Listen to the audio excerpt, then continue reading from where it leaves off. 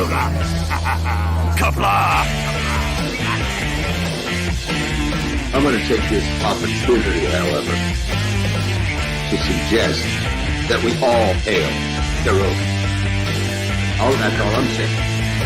Forgive me, Doctor. I'm receiving a number of distress calls. I don't doubt it.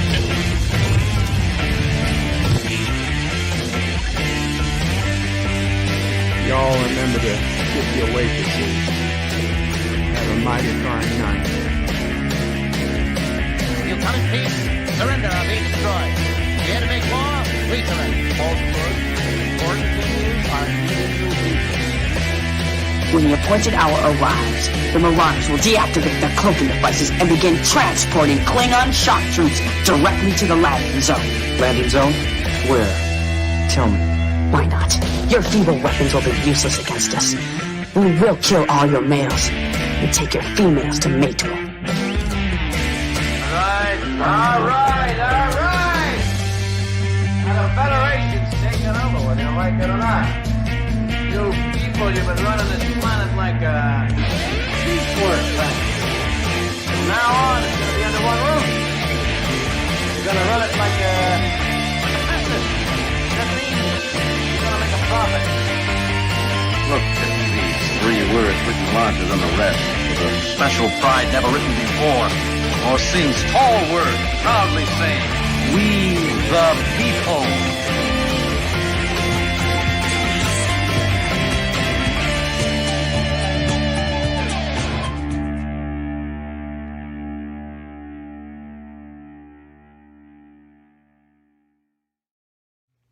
Hi, I'm Nicole DeBoer. I played Lieutenant Ezri Dax on DS9, and I welcome you to Bird O' Prey 5 channel. Hail Caroga. Hello world, it's Bird O' Prey 5. And welcome to Sinema Sunday. It's June 27th, 2021. Today we're watching Down Periscope, a 1996 comedy starring Kelsey Grammer aboard a diesel-powered submarine. And we have our submarine expert, Darin Wagner, on the panel. Qapla, Darin. Qapla, Bird. How are you And today? we also have the rest of the panel for today. We've got Commodore Ty. Hello. Jedi Bill. Hello, everyone. Positive Candor. Qapla. And we may have other people drop in today as well. So we got a little bit of an early start here. So we're going to go through some comments and we'll start the movie in a few minutes. Now, if you're the first time here, if you've never been to a Bird O' Prey 5 screening room before, the link to the screening room is www.birdoprey5.com/SR. There's nothing playing yet, but if you go to that link, open it in another panel, another tab, or another browser, or on a whole separate device, and you can watch the movie with us. You'll watch my copy of the movie as I watch it. It'll be synced up more or less. Commentary will be a few seconds behind, as YouTube tends to be. But behind. Yeah, other than that, you'll be able to watch along. That is only while we're watching live. Of course, if you're watching this later, after the fact, then you'll have to have your own copy of the movie. And also, Resolute Germ has joined the panel. Welcome, Resolute. How's it going? Good. Okay, so 47 Yorktown says hashtag we will wait for Bird, because I did say that we might be a little late, but I'm glad to say that we were able to start on time because my doctor visit went well and went early. Yes. Not Ryan Johnson says hello in Qapla and hail Caroga. Thank you, Not Ryan Johnson. Josh Street says for those who want to watch the stream, Down Periscope free with ads on YouTube, you might need a VPN. And there's a link. Thank you, Josh Street, for anybody who's watching this later. Yes, you will need a VPN because it will not link up if you're in Canada. Well, that's if you're in the right country, aka America, you shouldn't have any problems. Ha ha ha. Josh Not Reese is everybody. now, not everybody can be in the United States. I know. Yeah. I know. But Josh Reese, remember, put at Bird of Prey 5 in your comments. So Bird of Prey will read them, and Bird of Prey won't turn into Sleeping Hope Prey 5. So yeah, once the movie begins, or even now, if you want me to read your comment, please put at Bird of Prey 5 into your comment. So I will see it highlighted, and I will read the comment, or I will more likely to read the comment. Jedi Bill says, hello, Bird of Prey, Qapla, Brother Warrior, Qapla, Jedi Bill. Josh Street says, Bird of Prey is sparkly vampires, and having Jedi Bill as the co-host of a new movie. Is somebody like doing presents or something? It sounded like Scotch tape. I was just taking the label off my drink. Sorry about that. Okay. No problem. Captain Track says, Bird of Prey, hello, and thanks. You are welcome, Captain. You have an invite out, Captain, if you want to come up. John Araki says, hashtag free cardiology and free Gina. Indeed. I don't think the cardiology is not free, but at least I got some cardiology today. Mako has not seen this movie in 20 years. Glad we are watching it now. Need some comedy. Good. I hope so too. I've heard of it, never watched it, so this is my first time watching it. So I'm going to tell you, Darin is so knowledgeable about this movie that just in the very first frame that I had up, he already pointed out something that changed. So the screenshot you guys are seeing right now is the movie accurate. Is that correct, Darin? Yeah, that's the original movie poster. This was the originally appeared. Yeah, the original movie poster. But so notice the color of the uniforms everyone is wearing. So the actual shot I had, and that's going to look ugly for a split second while I share the screen again. The actual art I found had them all dressed in khaki color. And I don't know why somebody decided to change the coloring, but apparently they decided that would make for a better poster. They decided to turned up the intensity of the colors a bit on it. Yeah. So, and I think they made the somebody pointed out in the chat the shadow behind the text got darker too for some reason. I don't know. I don't know history, but I was surprised to see the uniform colors change. Josh reads, what's going on in the screening room, Bird of Prey? Movie just jumped to the end. Yeah, I was just testing to make sure the movie worked, and then I closed it. So it's fine. It'll start over when it's ready. 54.5 Access Radio says a comedy about American U-boat, Wonderbear. Josh Street says 2 was to watch today's movies first. What? Only while Bird is streaming. Yes. Okay. The screening room link I talked about. John Araki says Lauren Holly was looking pretty good in this one. She does. Josh says that tight uniform is your favorite scene then. You know, I did not look through this movie for any type of nudity. So I don't know if there is. I'm assuming there's not. No. But if there is, then it may show up. No, this was, I believe, a PG-13 movie. They toned it down. Yeah. Good.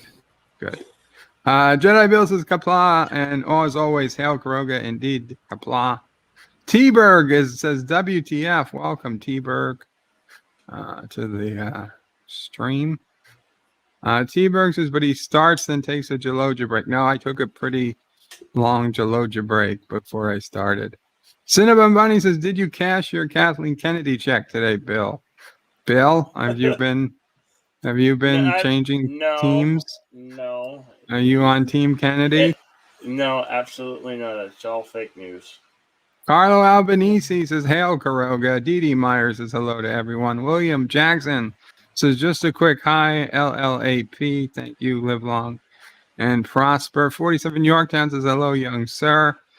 Thank you. And thank you for subscribing to Ken Jack Ben. I thought you were subscribed, but maybe you were unsubscribed. Carlo Albanese says, we the people have no idea what's going on. It's a movie. It's Sinema Sunday. And wow, a name I cannot pronounce because it's not in English. I see YTL in there. It says start. We'll be starting shortly. YTL. Mr. Londell's Groovy Movie says Qapla, Mr. Londell. Let's see. Another movie stolen from the mind of Kathleen, says Cinnabon. Robert Rose Jr. says, hello today, Birdo Prey, Momo Prey, and Sassy, and the Sassy.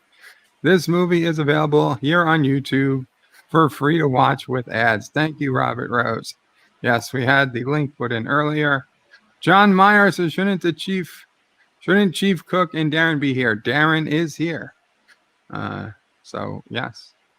Carlo Albanese says, Birdo Prey, thanks for letting us chill out on the couch with you for the film. And as always, we'll clean up on the way out so Mamo Prey doesn't have to. Thank you, Carlo.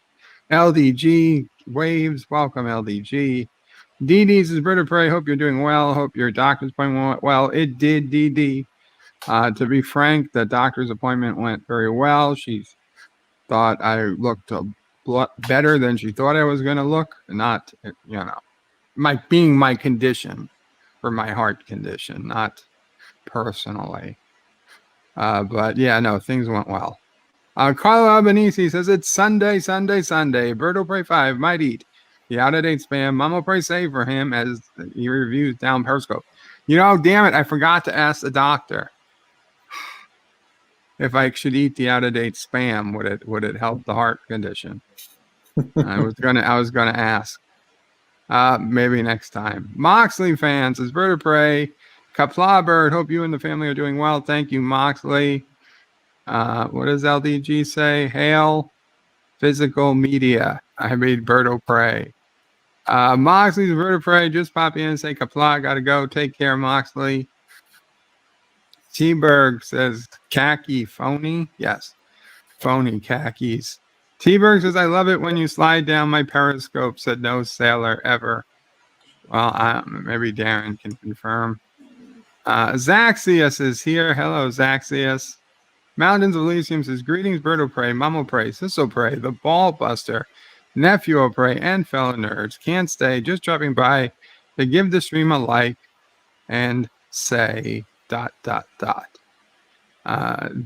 Bill saying hello to Dee Dee. Speaker for the Dead, Qapla, says this one is for all my all-time favorite films. Awesome, Speaker for the Dead. I hope you enjoy it again.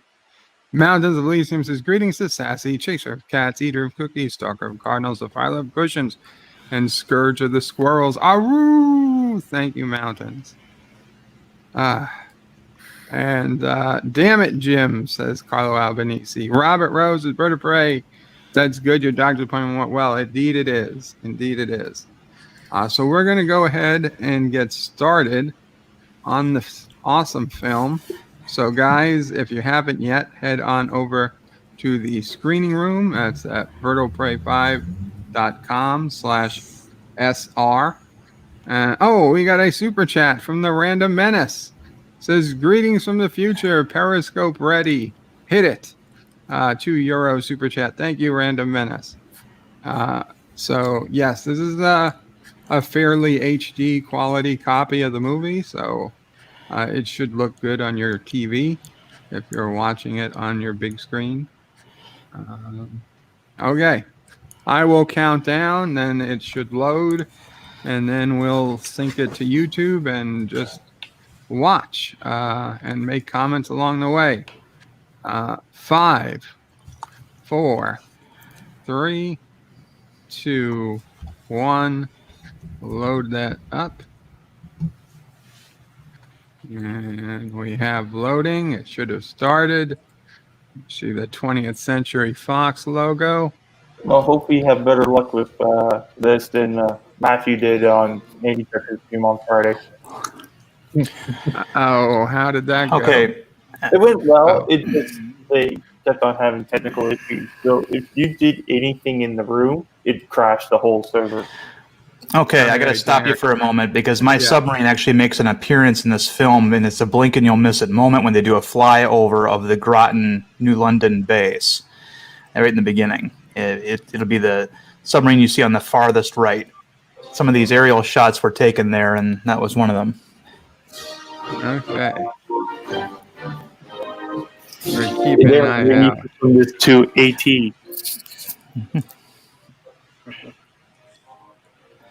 That's the dry dock. Submarine out of water? There it is. The one on the right is mine.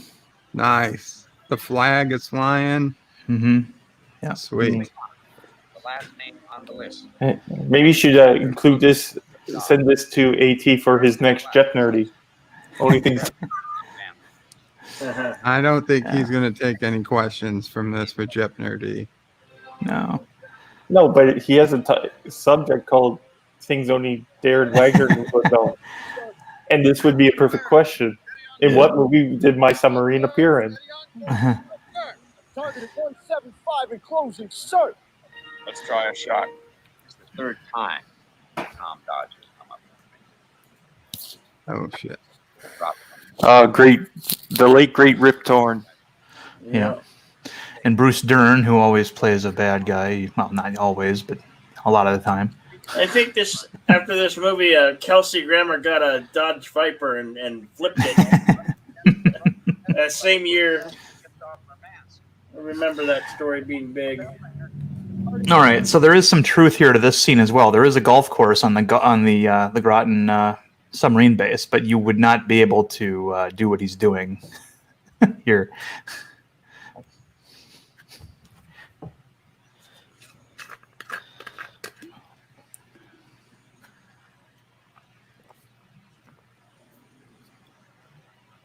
It's no worse than. Oh, he made the green. He made the green. Pretty good.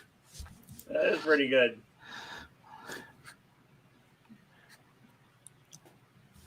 It's no worse than what they do in the Air Force on SG-1. Yeah.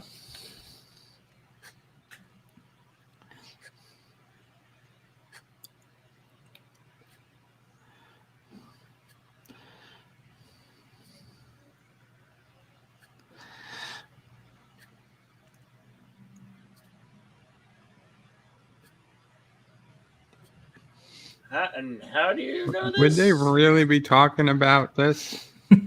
Or what he did?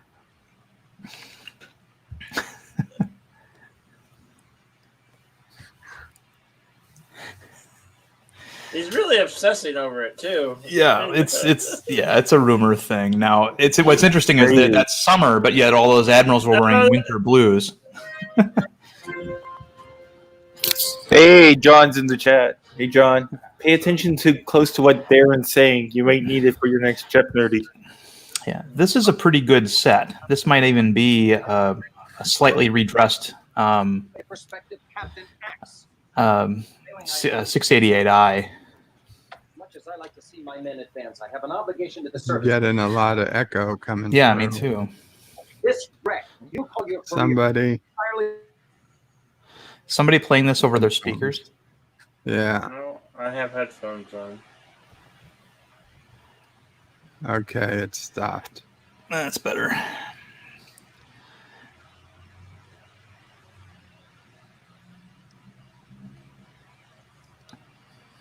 think this was a redressed Enterprise set.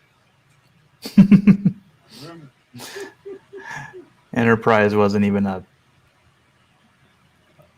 gleam in Braga and Berman's eye at this point. 1996. Yeah, it was the first or second season of. Their uniforms are very accurate here, by the way. He becomes commander of the Prang. Yeah. Trepang.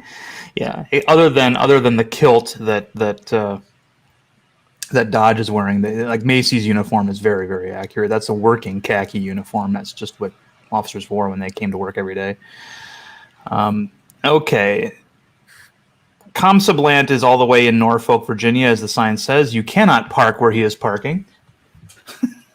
Even if he's a high up ranked person. Yeah.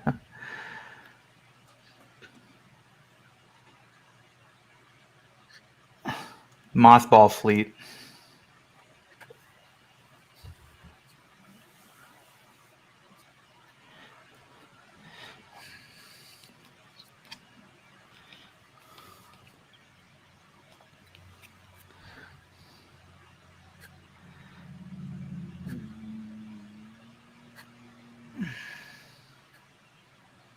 Here you go.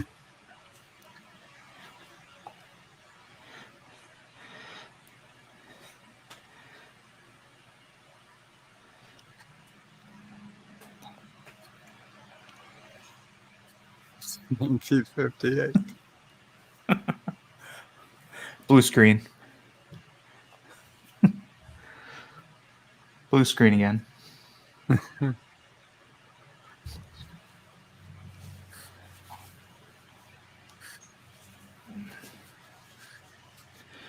It's the pride of the Carogan fleet, says John DeMarco.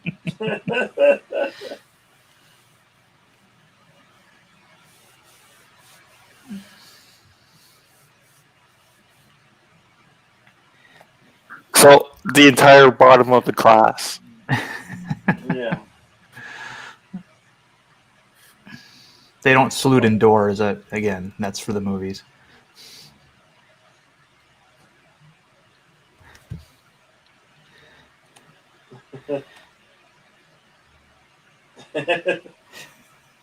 Fair choice of words.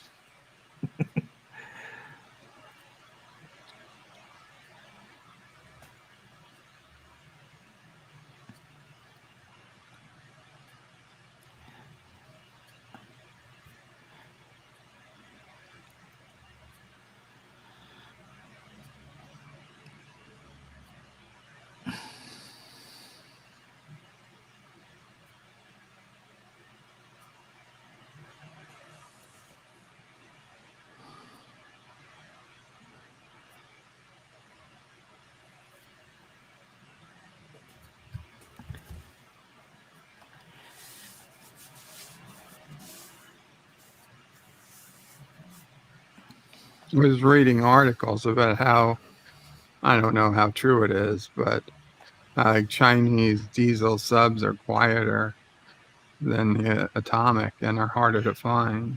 Yeah, in the 90s, the diesel threat became a huge concern because when a submarine is running off of a battery, which is what they do when they're submerged, how much noise does a battery make? You know what I mean? So even though they're not able to outperform a nuclear submarine, they're still quieter. And so for sneak attacks, which is, there's a concern there.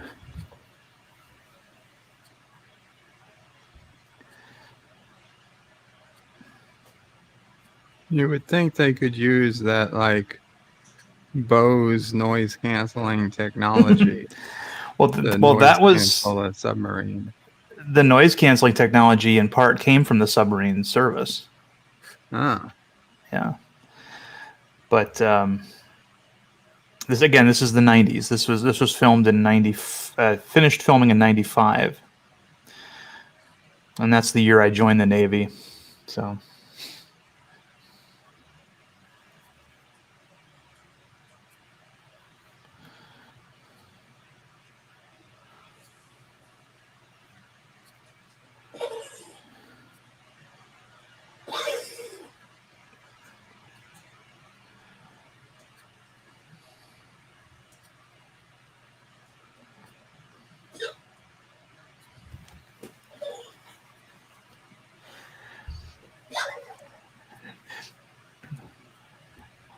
So what are they trying to do with him now? Okay, well, the war game exercise means he's got to infiltrate 2 harbors and destroy dummy ships with torpedoes. And if he can do that, then he gets his own command of a proper sub. I had an officer on my boat that was just like this guy. Looked like him too. Same height and everything. Same mustache. It seems like the right height. Are you sure it's not him? He didn't last 6 months.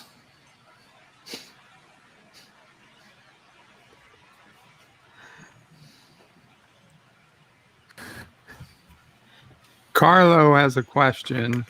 Do all the submarines of a class look identical inside and out? I'm going to guess no. Usually. Yeah? Oh. Yeah, usually they do. I mean, there's some customization that happens just because, for the length of the sub.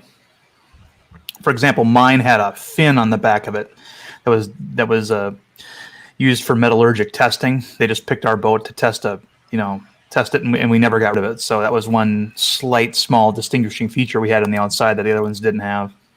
But largely, they're all identical. Layout's the same inside.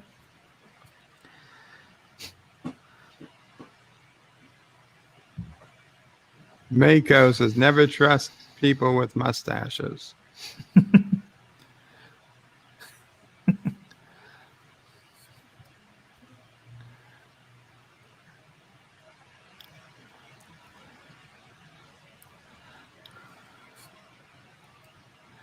Now, you do not show up for your new command in civilian clothes, but that was done for the film to sort of demonstrate their personalities better.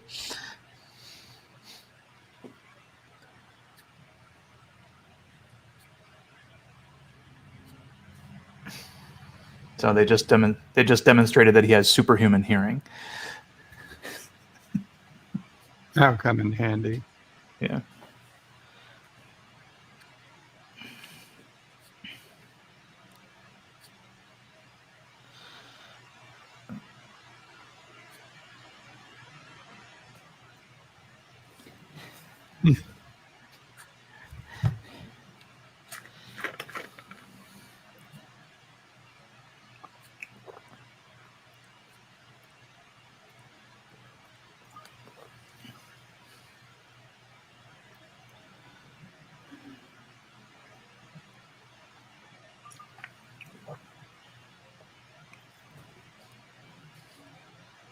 The Atlantic's very cold.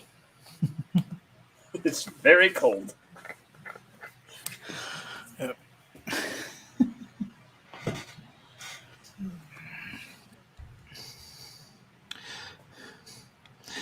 Oh, look at that birthing. That's one of Bill Murray's brothers. I assume there is a height or weight requirement to be on the sub. Well, I saw some guys that were probably. We had a cook in particular who was about that size. Well, not quite that size, but he was definitely not in spec. And guys who can't get that under control eventually are removed. But you could be a fat guy for at least a year and a half before they'd get you out. Back then.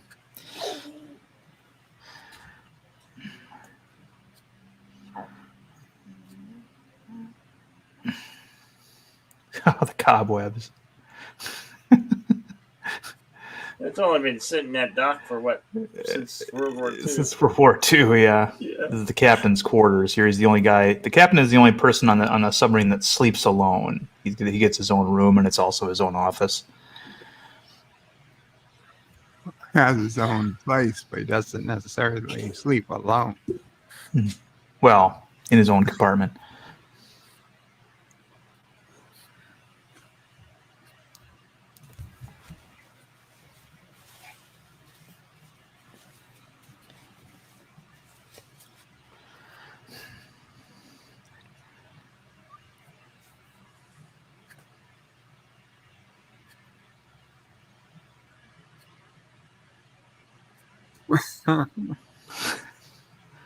Inserting foot in mouth. Well, here. you have to understand, there were no women serving in submarines in 1995. It was totally unheard of.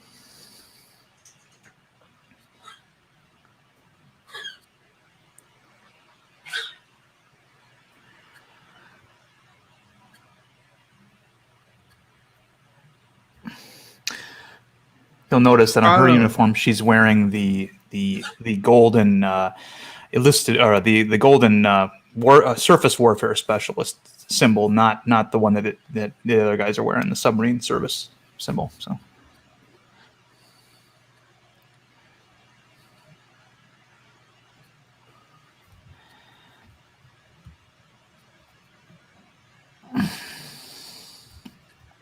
Carlo Albanese says, question, Do you have to account for the weight taken on board, like crew and supplies?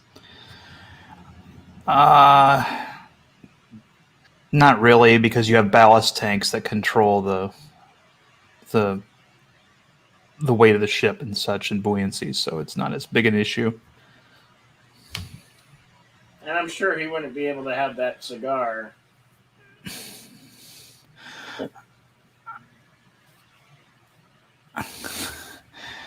Lauren Holly was, pretty attractive back then, even though they don't have her, they have her very conservative here. She was in all the good movies in the 90s. Well, whether or not you can have a cigar would depend on whether there's actual fuel oil in that submarine at the time. Yeah. That wouldn't, that would probably be the reason, but, again.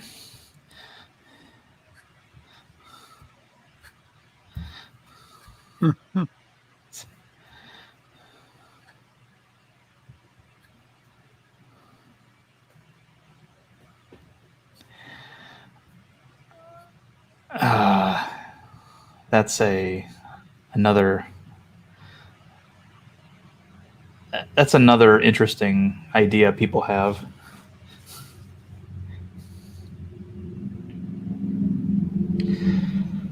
Oh, right in the deck skid.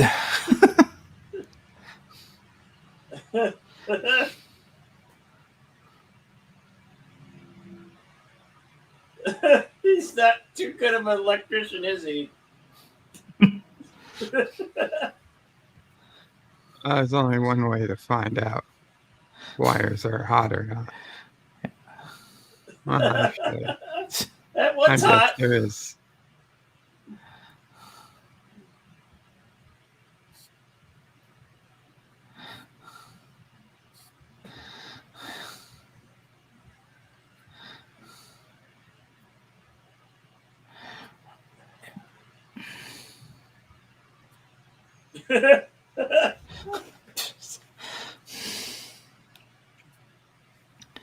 Oh, no. You knew you was going to get off the boat sooner or later. Yeah. That's a lot of Del Monte.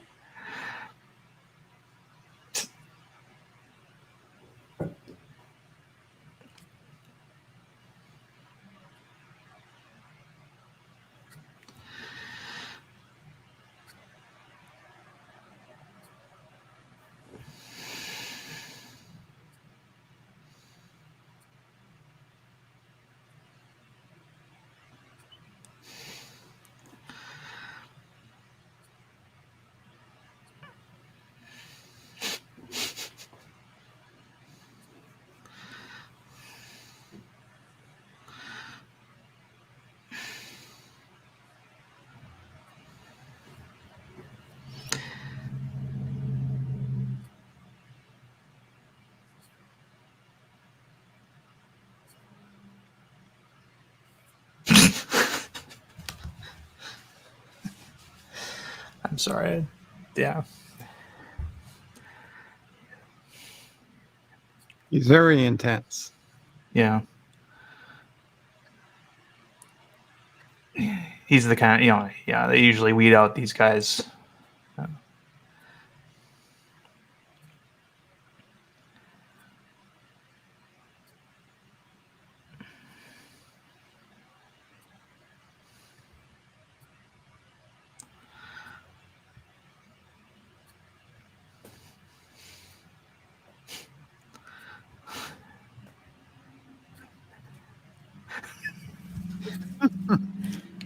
Tell us how you really feel.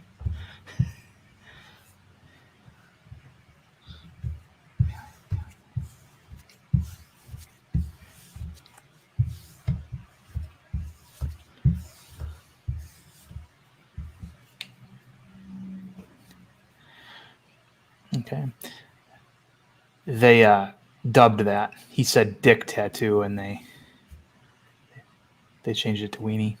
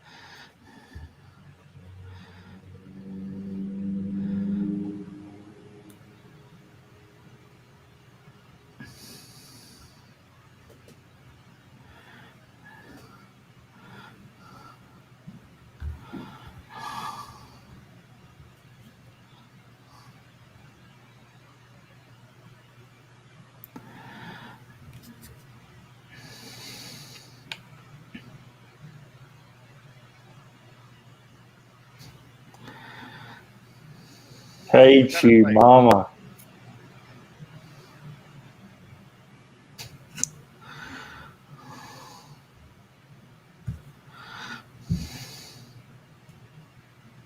He's wearing blue now. Yeah.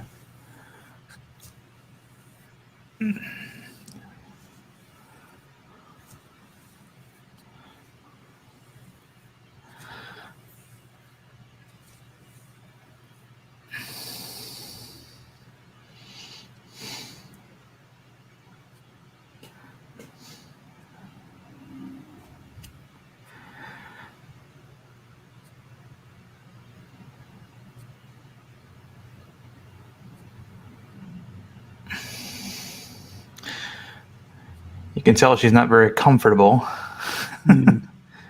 Walking funny. I bet that's tight. They shrunk it. Yeah.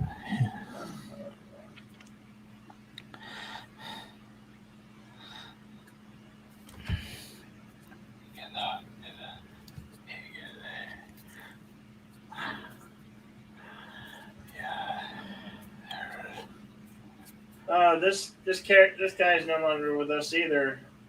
Yeah, they didn't go into that character very much.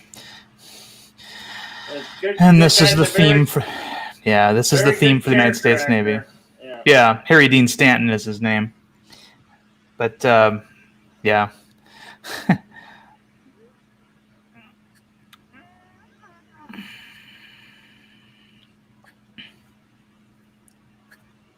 Hello, Mr. CCDV. Mr. CCDV says, tradition is that the XO has his door taken off and hidden. He has to be able to find it to be a real member of the crew. Or at least that's what he's heard. He was in the Army. Oh.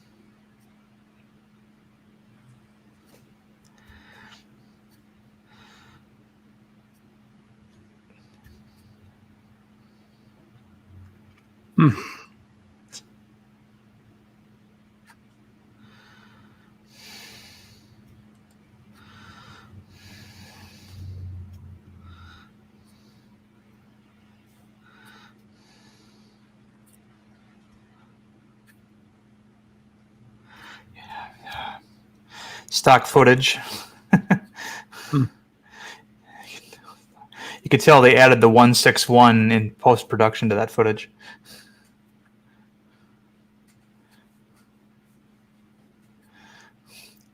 That's a civilian. When they reactivate old ships like this, sometimes they have to actually recruit from the retired community.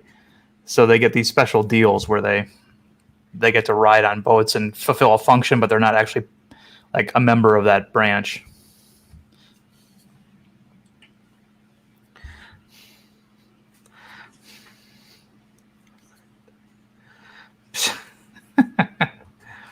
That was a terrible job of securing. Yeah. That's quite an angle, though. Normally, it's only about 7 degrees.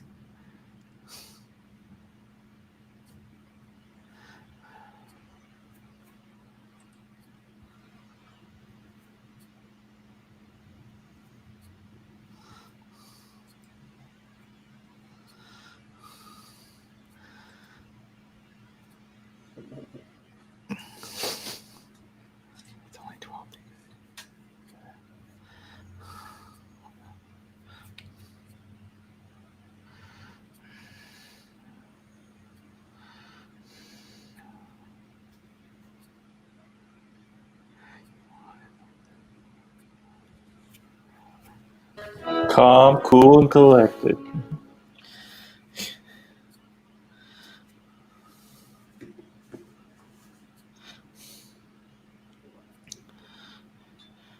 Sick bay? Okay. That's one thing they don't show in this movie. They don't have. We don't never meet their corpsman.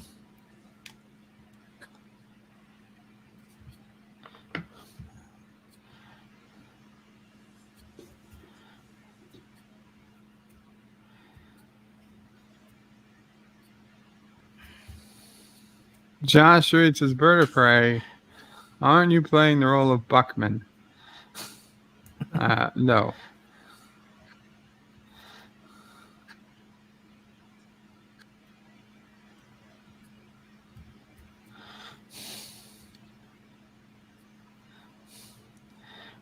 And Miss Lundell says this is a scene that actually lets you know that he is in fact knowledgeable on this class of sub. Yeah. Yeah. Actor says, I'm too late, but since I was eating homemade lasagna, I regret nothing. That string trick you can do. We've done that.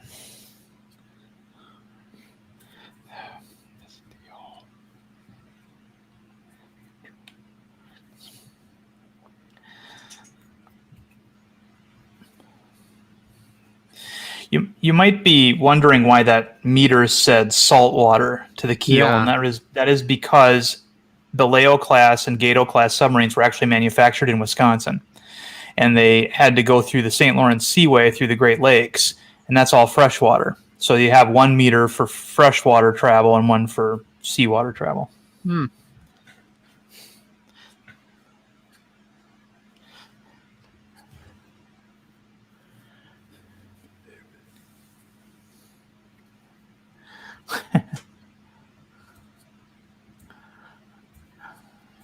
Yeah.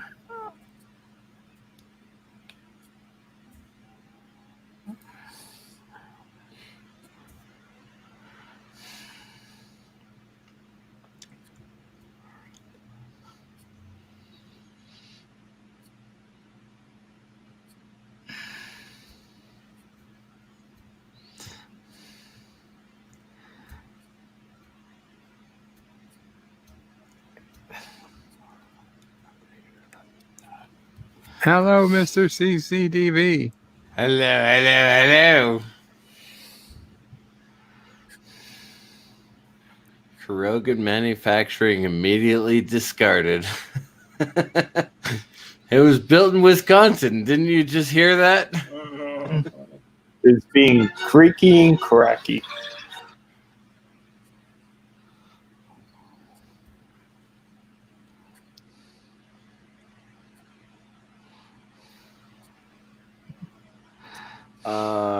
Seawater freezes at a lower temperature, maybe?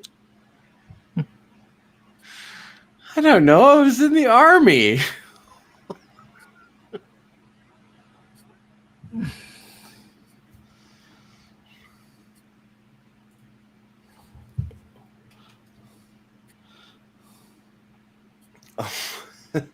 Oh, that is the noise you hear when Bird of Prey 5 drives a Jeep.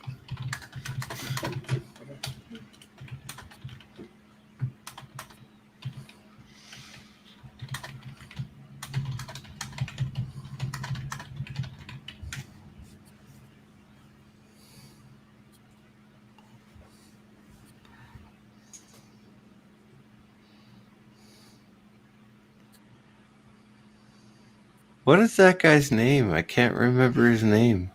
Bruce Dern and William H. Macy. Yeah. Well, William H. Macy, of course. Bruce Dern is the guy I forgot.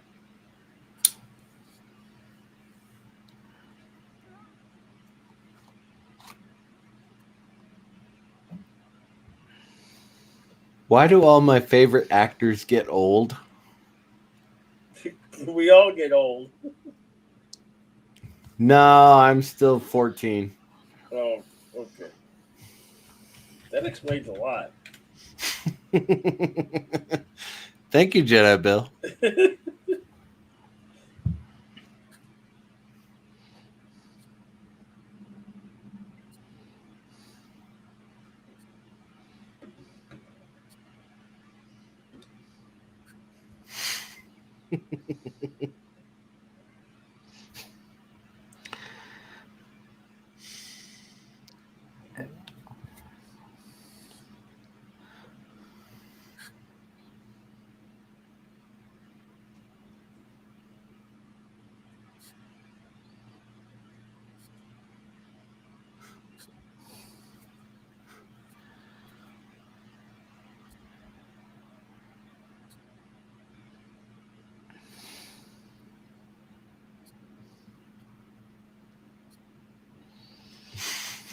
Looks like a shark. Yeah, the Orlando is a fictional 688 Flight 3. How dare you be all knowledgeable and stuff? Sorry. This looks like probably leftover set materials from other submarine movies. They did a pretty good job here, though. I mean, there's more room there than what I would expect. But I was going to say, I've not been on a lot of submarines, but the ones I've been on, there's not that much room in the con. Yeah. They have to have room for the cameras and stuff and the crew.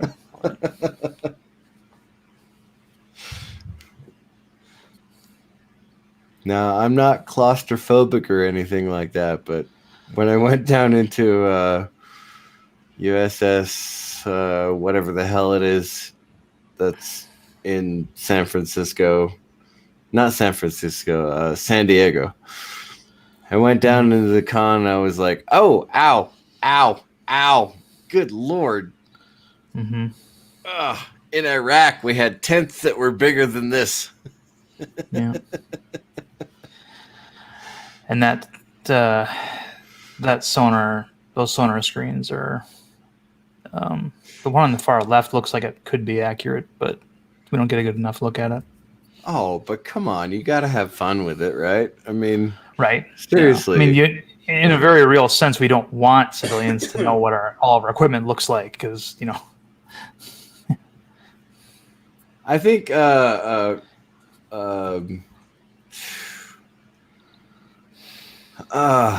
Red October. Red October was a very accurate portrayal. In some ways, yeah. In some ways, yeah. Now, the interesting thing here is that you've got these officers are still wearing khakis. On underway, everybody would be wearing coveralls, like the guy in the back there. Oh, really? Yeah. No kidding. Even the captain? Yeah. Even the captain, yeah. Wow. He'd have his normal, commander rank stuff on it, but yeah. And oh yeah.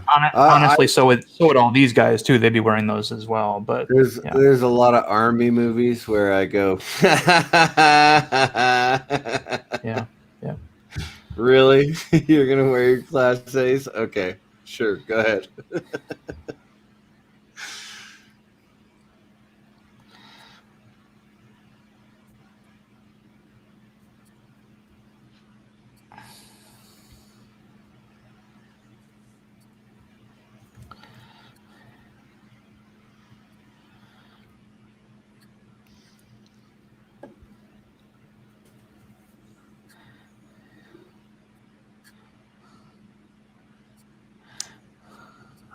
Vile Mike says Down Periscope, my favorite submarine movie.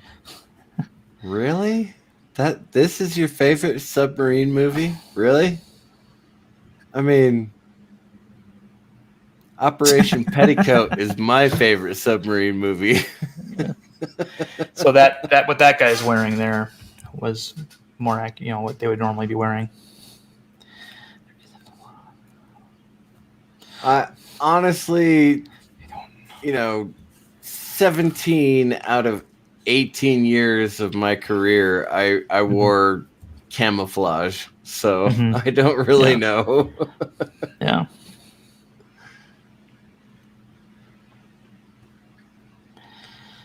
I mean, I really only had to wear Class Bs or Class As for school, basically, which is why I say 17 out of 18 years.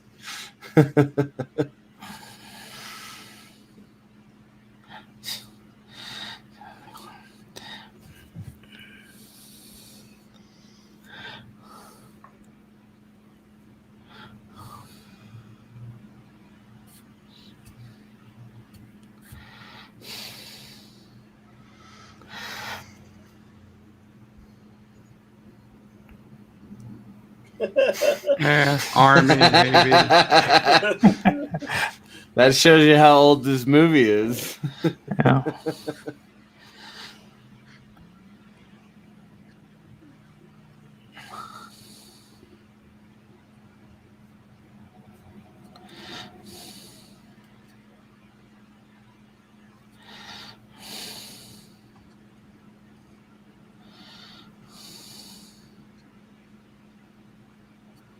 Get an edge on life in the Army.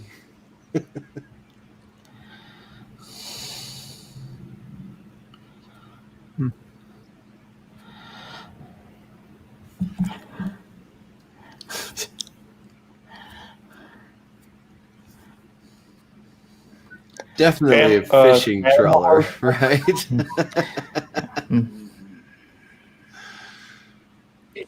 That would be interesting to see, Vile Mike.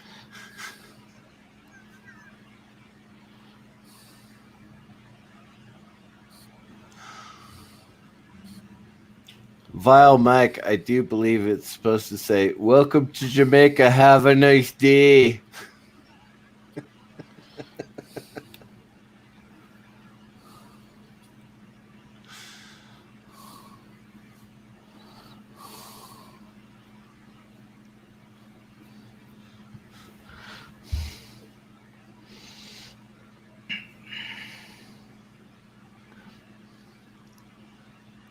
I prefer to laugh. That's why I watch Navy movies.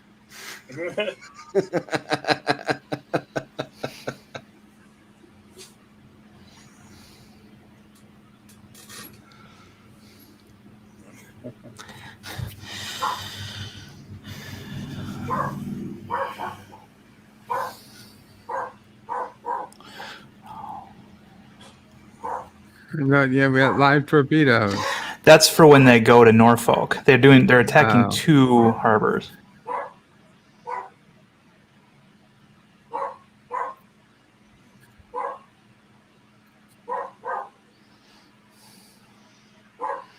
Arabic Sonda with a $1 super chat. Thank you so much, Arabic.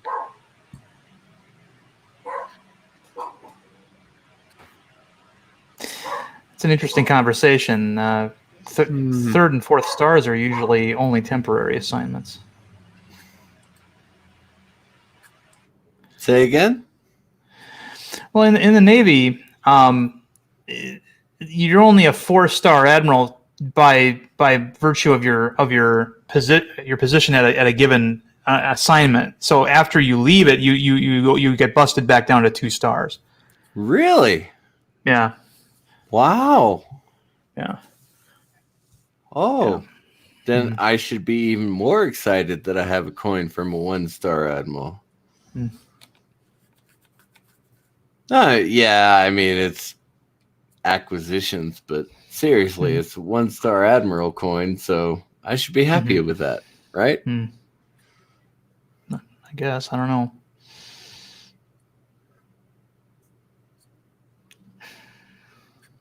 Although he did get prosecuted after he left the command. So, Yee. Acquisitions is easy to, steal stuff.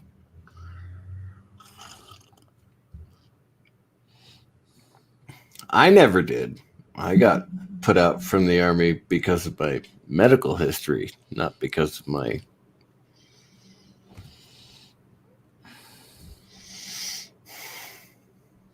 actions.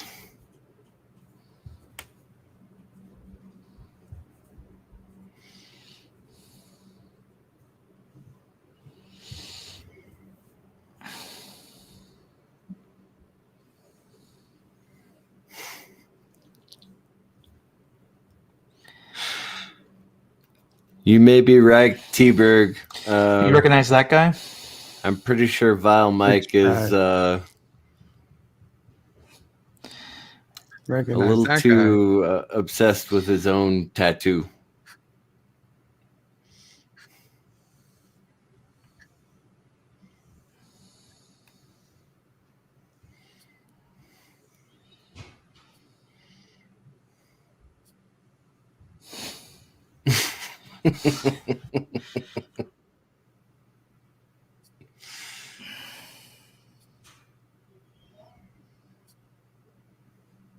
Yeah, it doesn't work.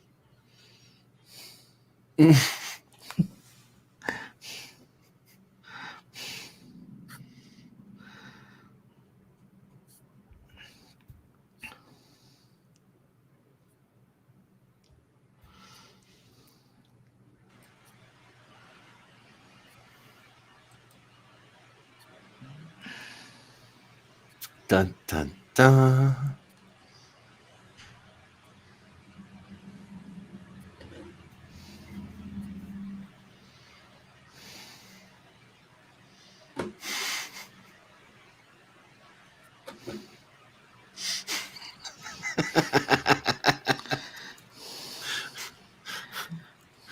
Vile Mike, I'm not sure you're totally in touch with reality at this point.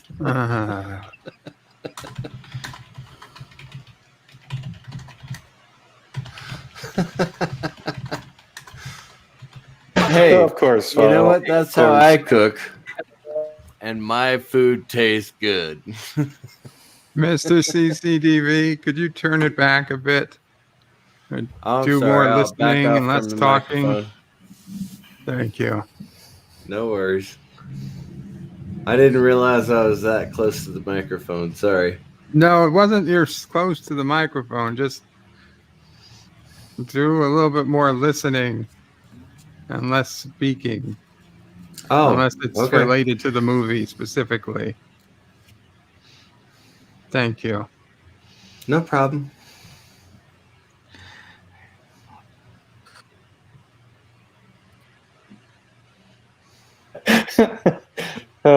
Has the cook ever did any of those types of pranks? No, that would have been the corpsman would have been on their butts about that. See, this movie doesn't have a corpsman, so that's kind of how they're able to get away with certain things.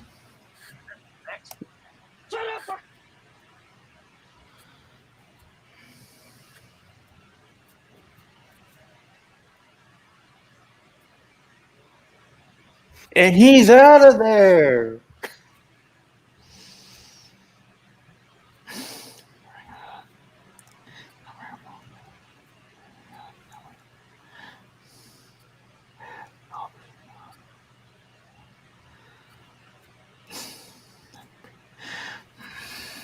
Periscope. That's not the name of the movie.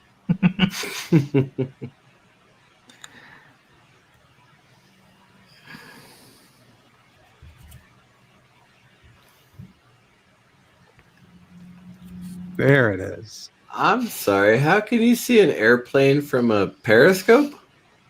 That's a pretty good question. Maybe that was just showing us what was going on. I guess no one has respect for the XO in this movie. No.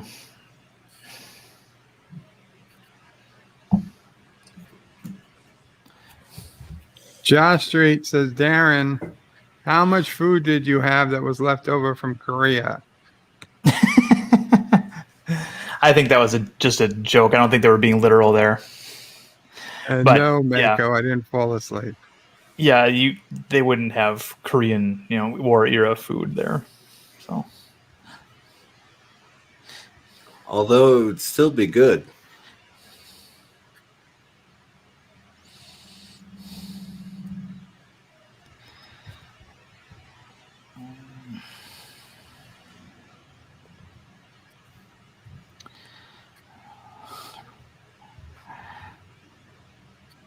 And Josh Street says, one thing you never let bird of prey eat on a submarine is beans.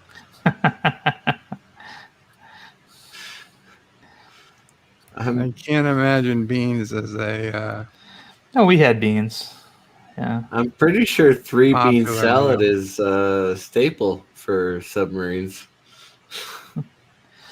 Wait, what'd they hit? The bottom.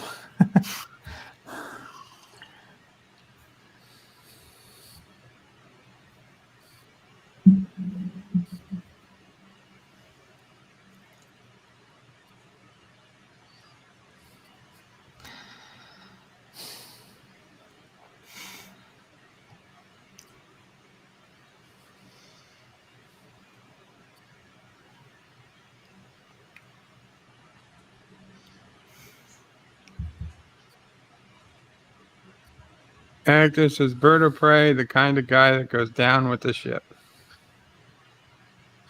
That seems like irresponsible. Like, I should probably stay. I could appoint somebody else to go down with the ship.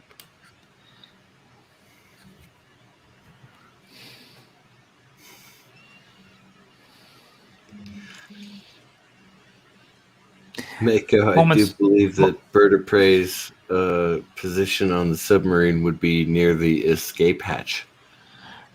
Moments like this are made even worse because what they have to do is they have to turn off the centralized air on board, basically, so there's no airflow, and you have breathable air, but it's not blowing. So you tend to get kind of stuffy. I like that shot. Yeah, it's a good shot. And well, you think that he probably used models small. Oh yeah, yeah. This is before CGI was in common use. Okay, this is a part that's not. There would be nobody manning anything like that, especially during battle stations. How would he know? How would he know what it was? That's what always baffled me. How would he know? 2 dimes and a nickel. Well, that's what makes it funny, huh? Yeah, yeah. They did that just so they could have this gag. Yeah.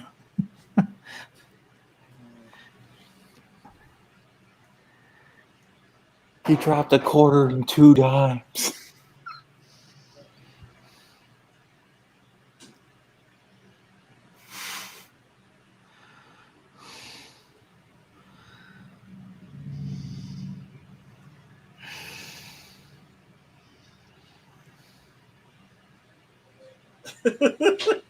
The intensity.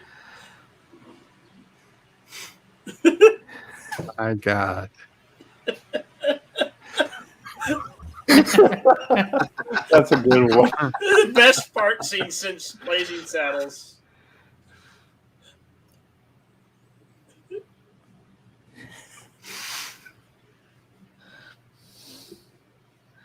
Of course, because there's no air moving through, they all have to breathe it.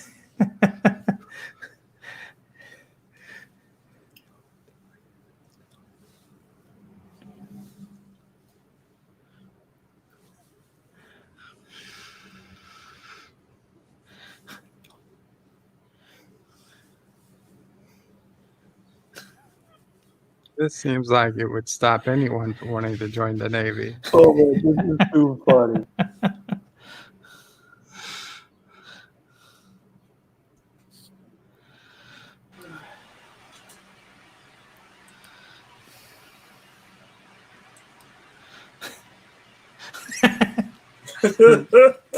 It's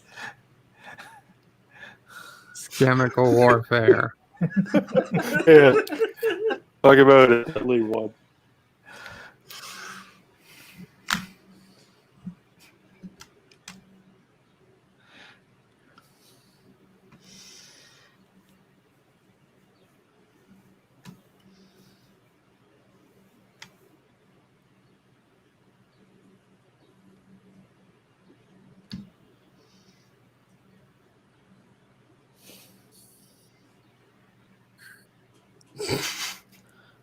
Play the goddamn whale song. So hard.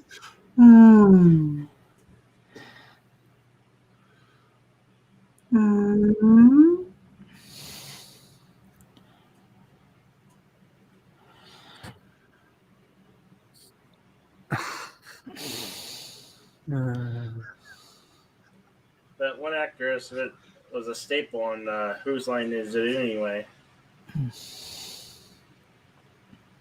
No, none of these guys were on Whose Line Is It?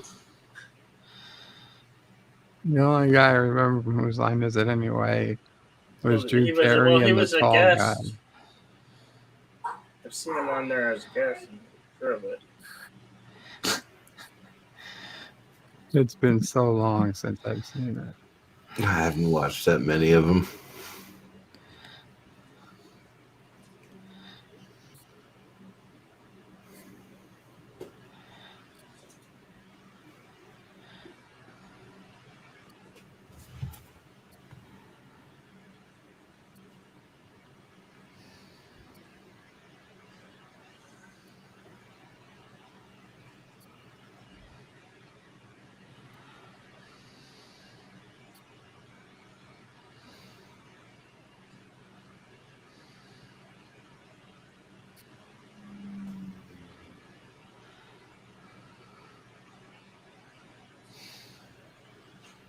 You're really going to hear the difference of 2 or 3 feet?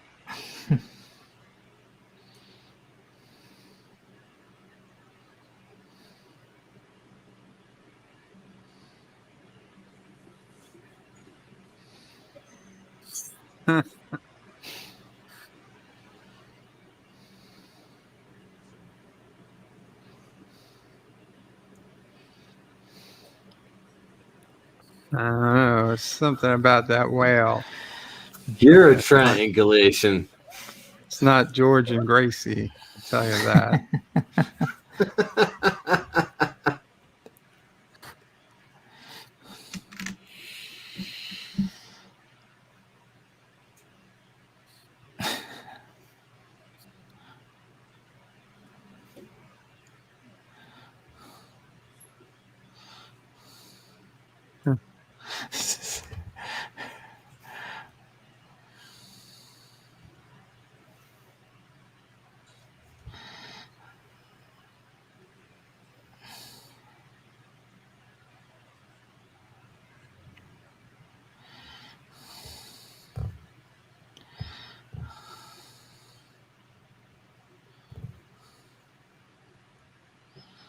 Heading to the Romulan neutral zone.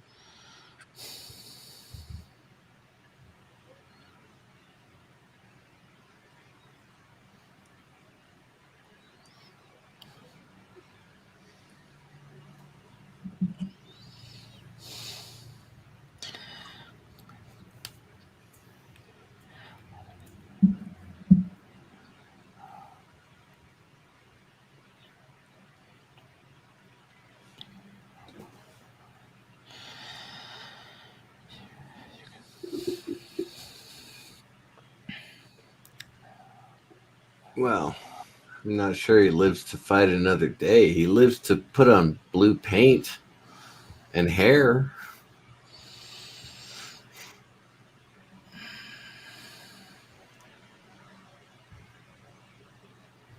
So they surface just to get fresh air?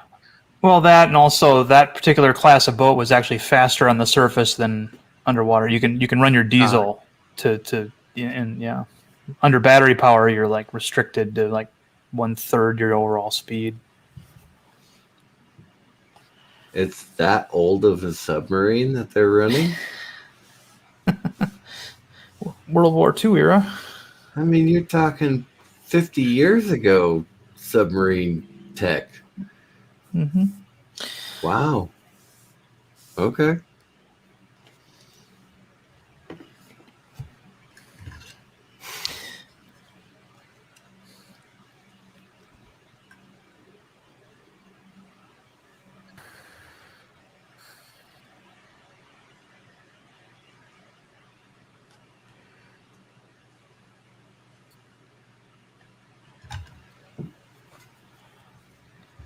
Carlo asked question, can you hear people talking on another submarine? I'm guessing that's a yes. Yeah, it depends on the acoustic conditions in the water. And also on how close you are. Well, in the movies, it seems like it's always in perfect condition to hear people talk on a submarine. True. Yeah.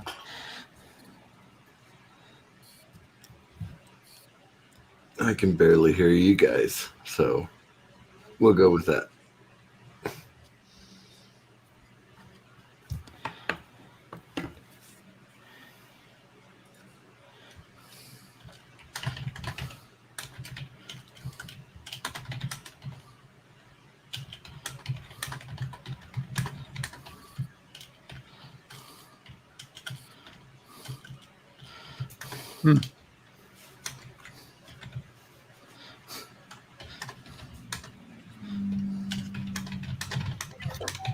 Typical. That's what all guys would do. They see their captain going into a woman's room. Yeah. She's basically sleeping in the forward torpedo compartment. So.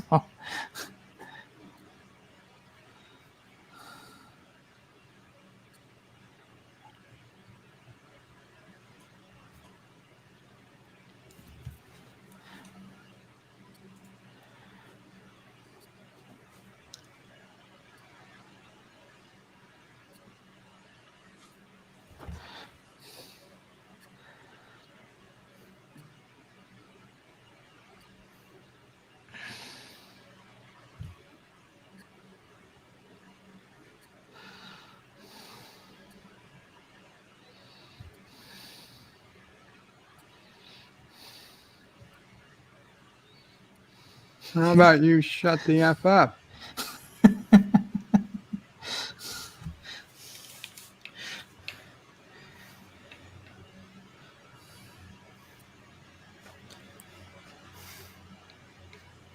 They really make him look short at this point. Kelsey Grammer is also very tall, too. Kelsey Grammer is tall, but yeah. Rob Schneider's not that short. Yeah. It's that forced perspective that they use. Mm-hmm.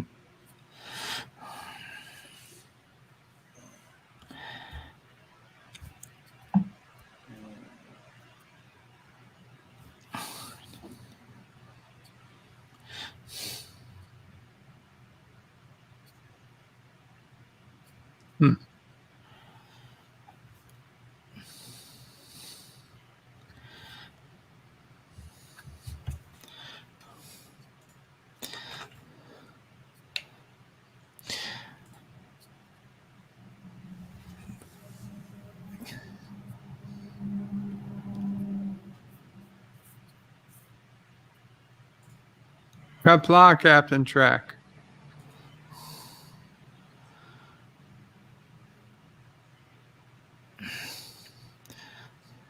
T-Berg. Has anyone ever witnessed anyone asking bird of prey to relinquish command? Never happened. Nobody would ever want me to relinquish command. Patton Oswalt is the actor that I was talking about that was sitting behind the electrician. He later went on to bigger and better things. Are you sure? Because Patton Oswalt, well...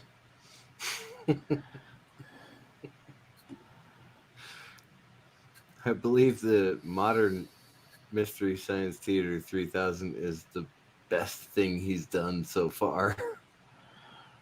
Well, he was in Ratatouille and Man on the Moon and Zoolander. I mean, he's done a lot of things since then. Right. Okay, now attempted mutiny is not the charge, but insubordination would be the charge.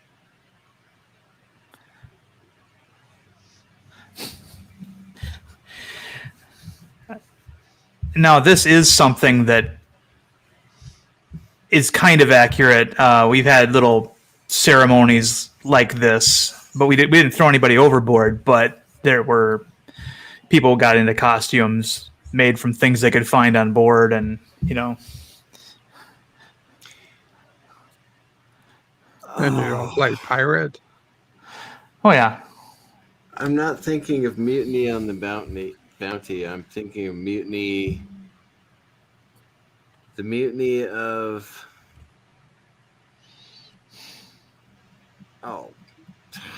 Humphrey Bogart played the captain.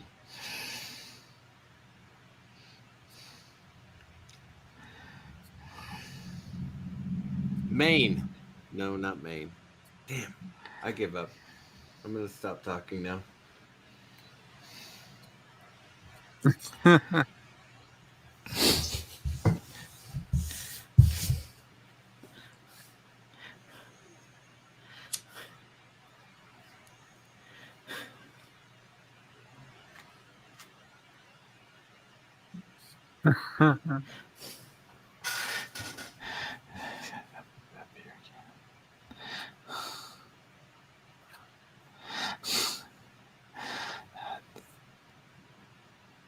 Isn't that Star Wars?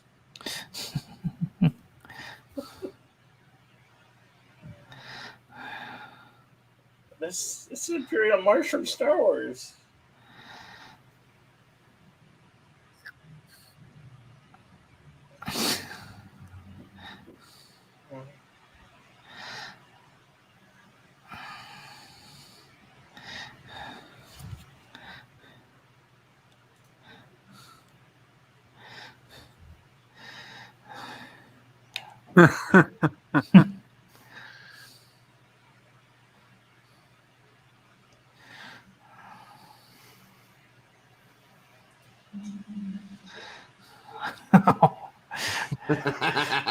Ouch.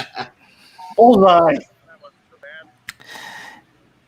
In the answer to a question in the chat, there is a ceremony for crossing the equator. It's called the shellback ceremony, and you are supposed to participate in that ceremony if you are a WOG, which is a person who's never crossed the equator before.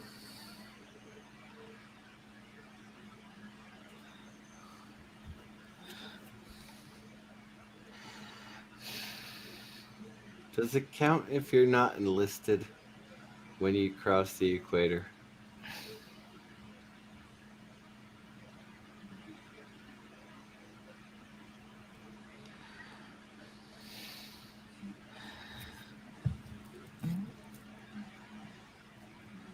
So I keep thinking to myself, wouldn't it be funny if this was a Star Trek movie with this plot? It would actually be funny. You put like a Starfleet captain like Dodge in command of like a Connie in the TNG era or something. I'd watch that. Now that would be an interesting Star Trek thing to do compared to what we now. Yeah.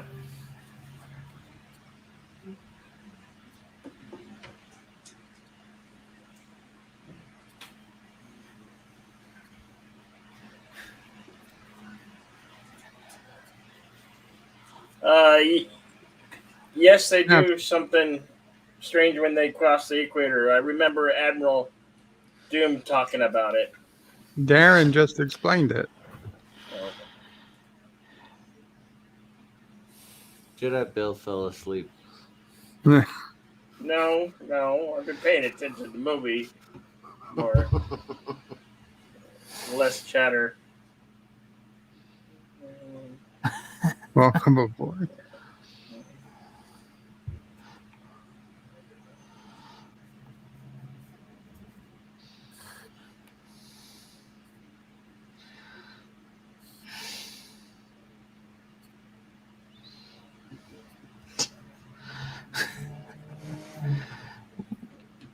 Not very respectful there.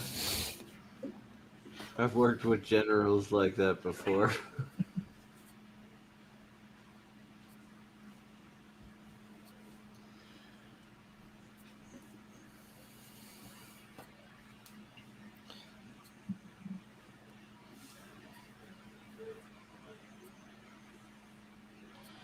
It's a Russian sub.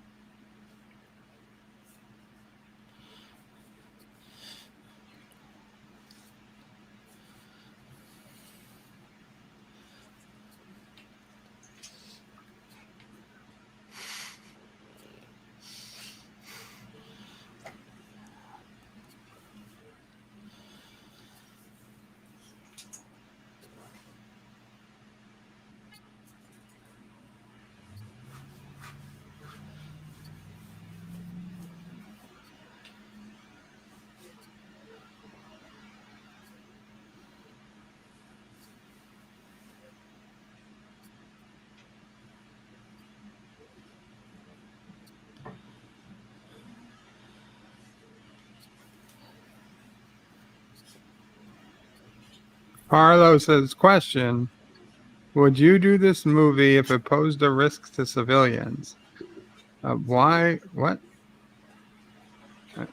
How would the movie pose a risk to civilians?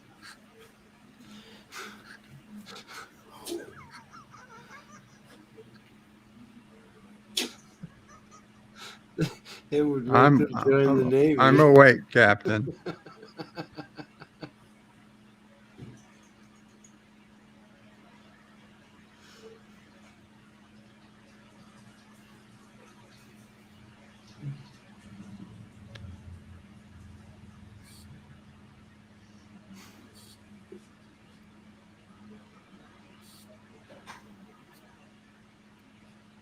Oh, move, not movie. Would you do this move if it put civilians at risk? It's a movie, so sure I would.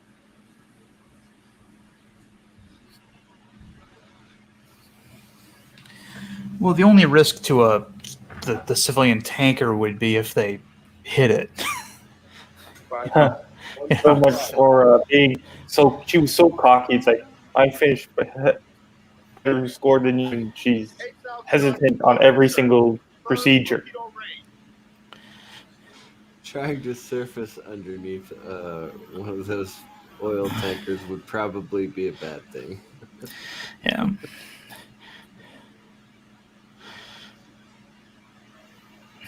Right there, they'd already be safe, but yeah.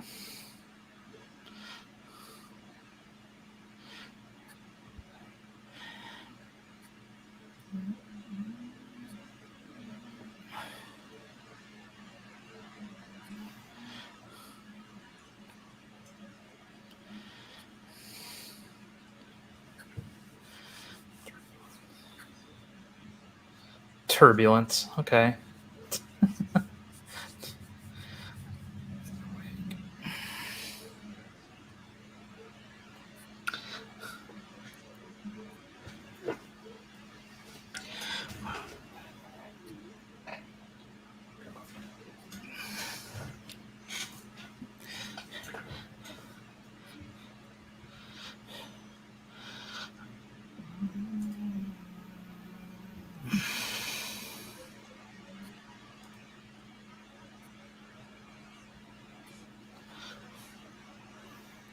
Captain Track says, I think Bird of Prey is about to start making up his own chats. No, that's Carlos said that. Cap. Oh, boy. He said Bill fell asleep.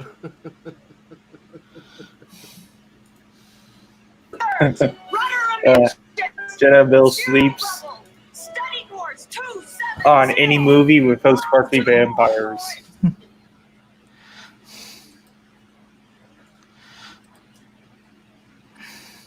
Oh, Bill, I got you. Bill fell asleep.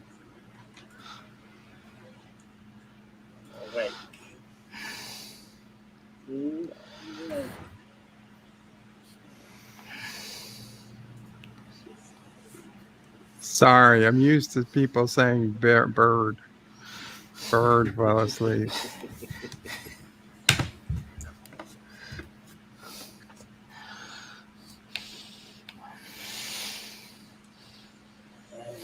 That's not good. It's sprung a leak. You just need Flex Seal or Flex Tape. Yeah. It's the piping that's ruptured, so There it's not are like the hull. actually clamps that plug the leak, right? Hopefully it's not the toilet water. Yeah.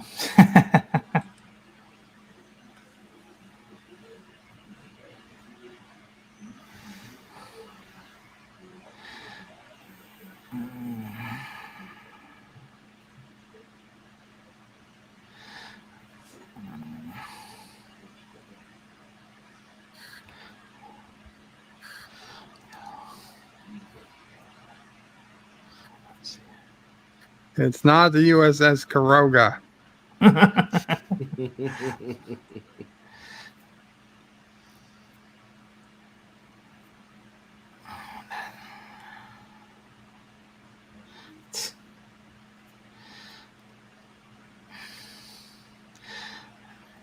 He's not doing that right, but that's okay, I guess. Makes for a better scene.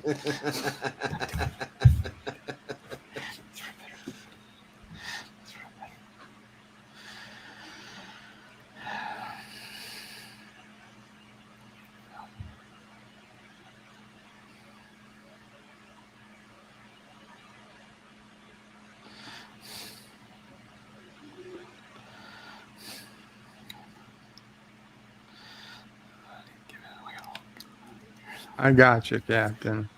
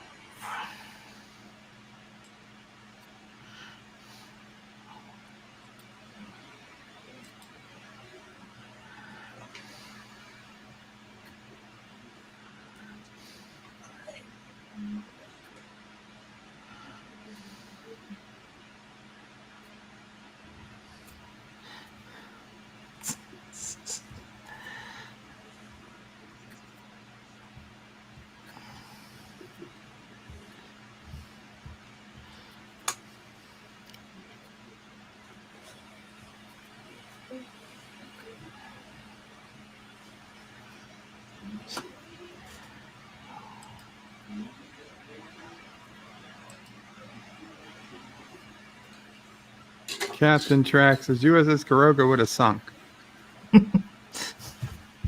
Thanks, Captain.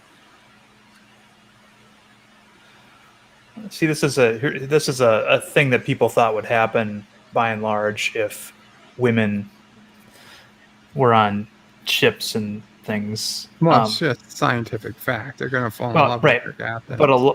But unless they already have a husband there, that so a lot of women that are on in higher ranking positions now in the Navy are already married, so that helps. But yeah.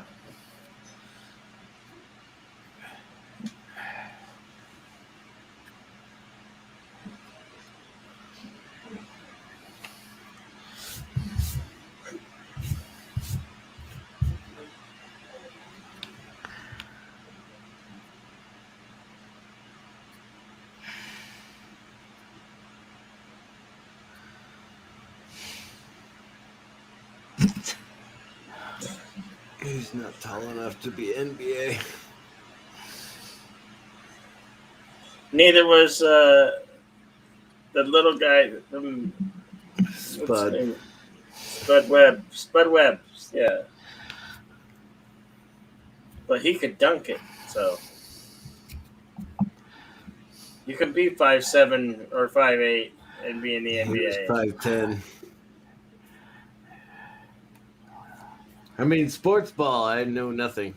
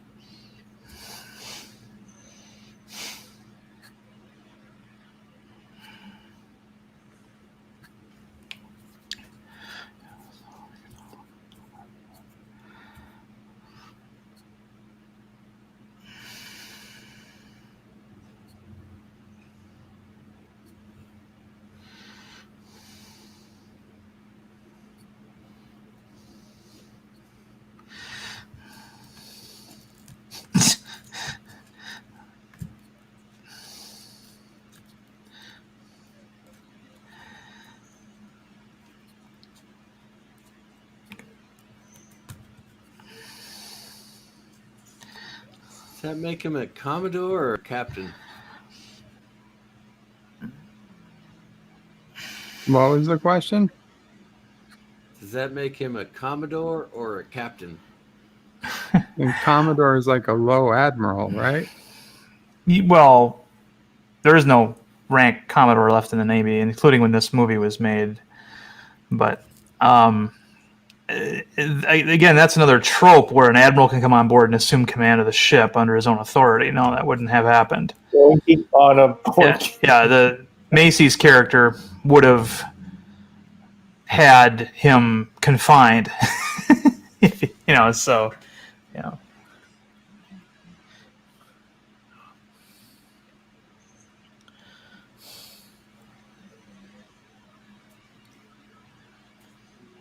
Either way, he's not an admiral.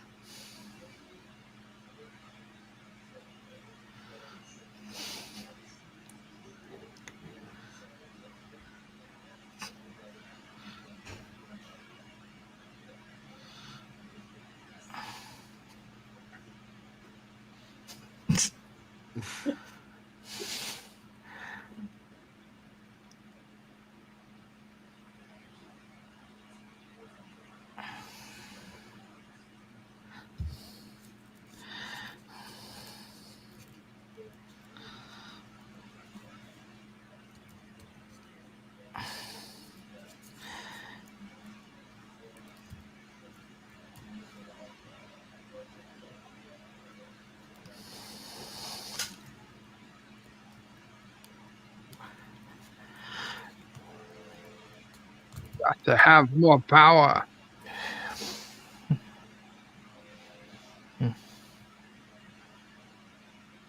Jim Beam. Does this actually work? I don't know. I was not an engineman, but Well, in my opinion, whiskey always works.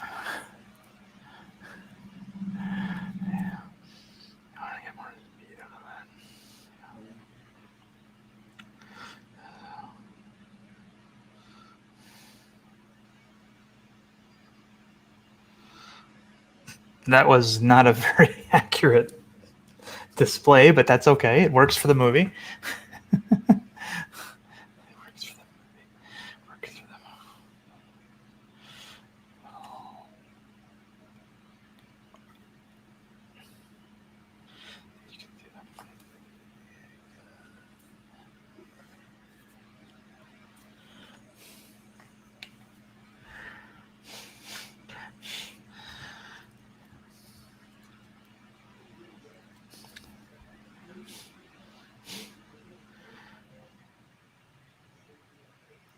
Bigger, like, okay, like, for sure, torpedoes.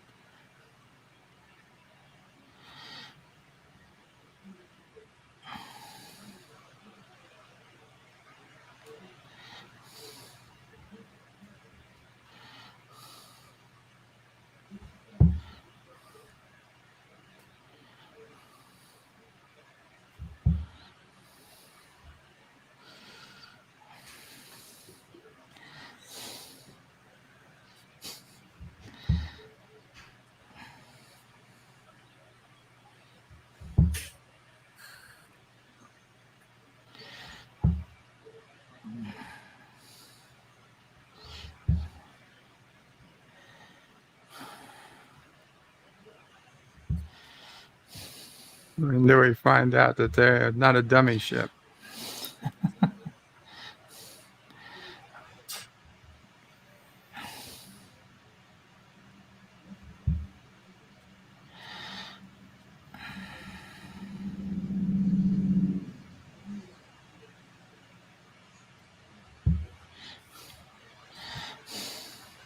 And it broke its back.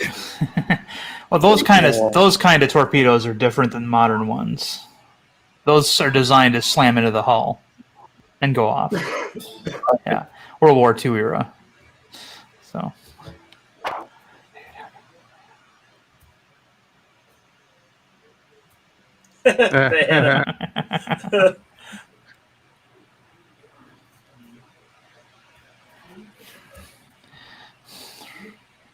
T-Berg says this is how alpacans celebrate taking out a bird or a turd.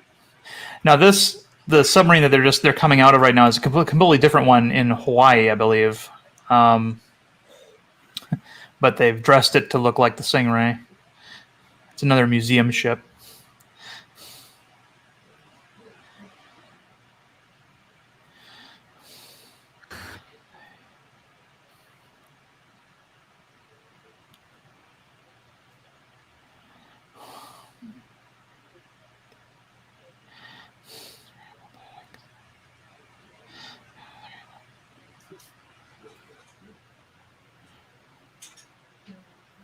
Away.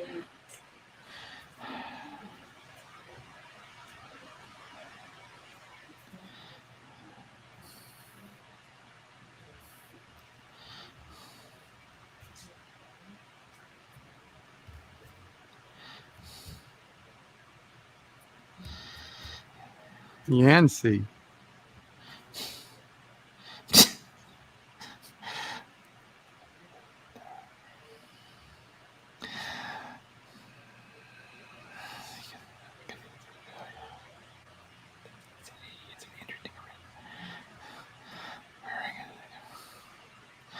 And they're all wearing their white hats wrong, but that's okay, I guess. Actually, Stepanek is wearing his correctly. Weird.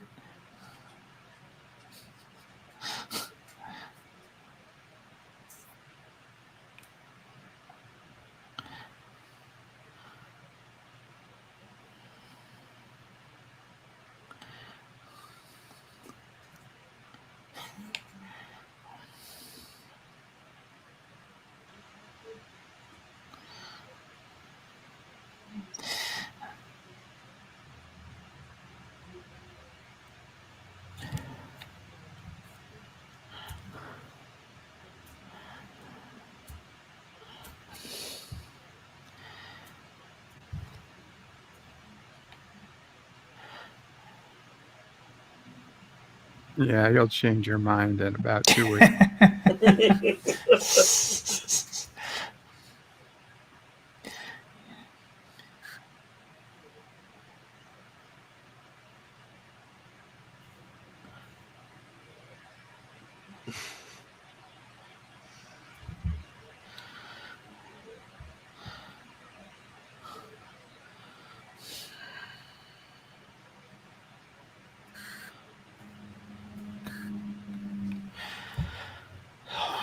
John Street says, lol, Admiral Berto Bray lost. What? That wasn't me.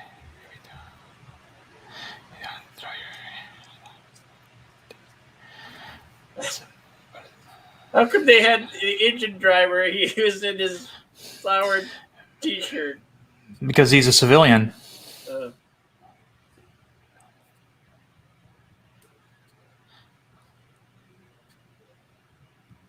You'll see it. It's a long story.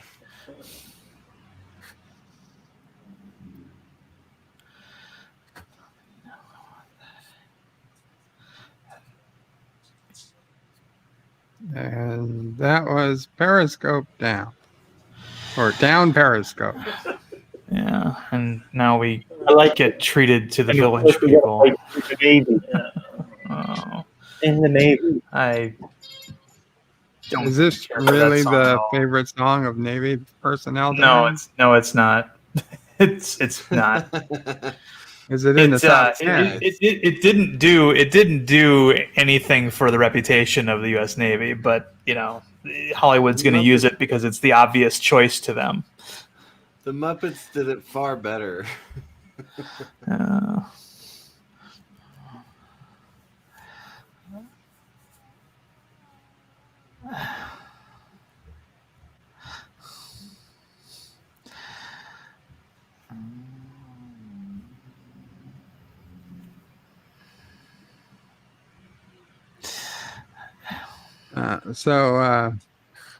Darin, do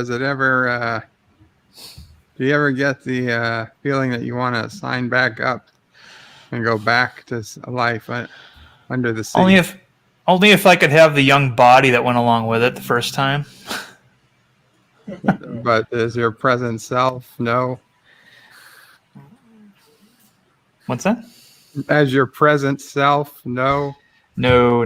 It's a very different service now than it was back in the 90s. It's I look at pictures of it and it's not recognizable to me. You've got obviously in the subservice, you've got women there now, at least on some of the submarines. So there's that, and with that comes changes, and it wouldn't be the same. It's probably I've heard that from people that stayed in, the guys that I served with that stayed in for an additional 20 years, that it's more like working for a corporation now than like it was when we were there. So it's not just the Navy that's that way; it's the Army as well. I'm sure the Army would be that way as well. Yeah. Poodoc says that was great. Thanks, Bird. You're welcome, Poodoc. Thank you. Carlo Albanese says nice, and I have time to get ready for work. Thanks for the film, Bird of Prey. Have a great day and night, everyone. Take care, Carlo. And of course, he says, praise the soup with Jedi Bill. Enjoy a good brew, Captain Trek. And as always, hail Caroga, Bird of Prey 5. T-Berg says, warning, warning, warning. Singing and dancing men. Village people alert. Warning, warning, warning. Mako, I'm going to skip that one. And T-Berg says they included this song on purpose. I'm pretty sure that's true. Yeah, it was not by accident. I'm pretty sure that was meant to be a pun. Porpoise. Oh, on porpoise. I get it.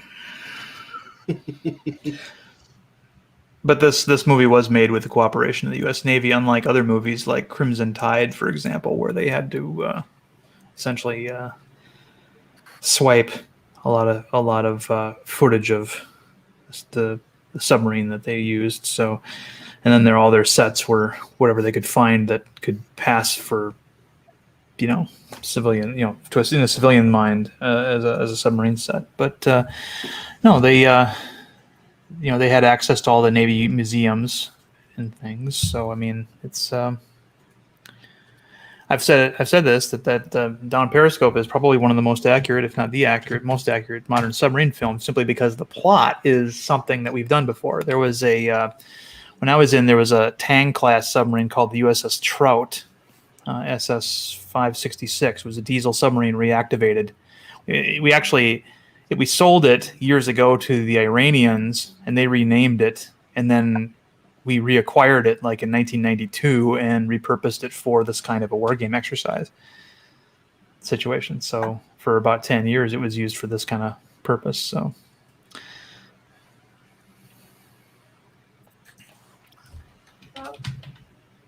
So next week is 4th of July. For Sinema Sunday. I don't know how many people will be here, being it's the 4th of July. But I'm trying to figure a good 4th of July movie. Last year we watched Independence Day. Independence Day 2. That was the first. That was the first thing that came to mind.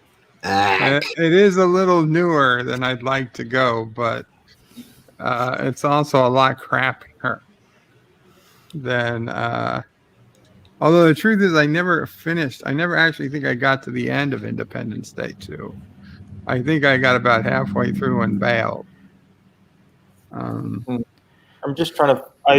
I'm just Googling July 4th films, and you've done it, the first two that popped up: Independence Day, and Top Gun.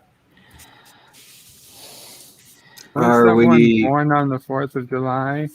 Well, that's not exactly a pro-American film, but yeah, that's true. A lot. I was gonna say, are we being ironic, like having fun with the movie, or are we actually being serious with the movie and just commenting on stuff? No, hey Bird, I know you do either way. Your thing, like you wait 10 years, right? It has to be at least 10 years old. I mean, I try to, but I did make a certain exception for 5-year-old movies. You got Captain America: The First Avenger. Is of it? That works. It's now legitimately 10 years old because it came out in 2011. Oh wow! So you can do Captain America. I would, yeah, absolutely. Captain America would be a good one. That is 2011. How long was? You know what? Fuck it, we'll do it. Right It's on. a long one. Captain Nice. America for 4th of July Sunday, Sinema Sunday. And yes, T-Berg, we do celebrate our day 3 days before the Americans, but even us Canadians rather go celebrate the 4th of July sometimes. I was going to say We Were Soldiers, but Captain America is far better than We Were Soldiers. Yeah.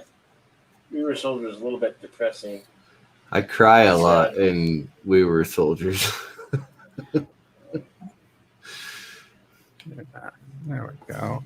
You were. Hopefully, Loki doesn't do anything to completely ruin Captain America by Sunday, which is not impossible. Just highly unlikely.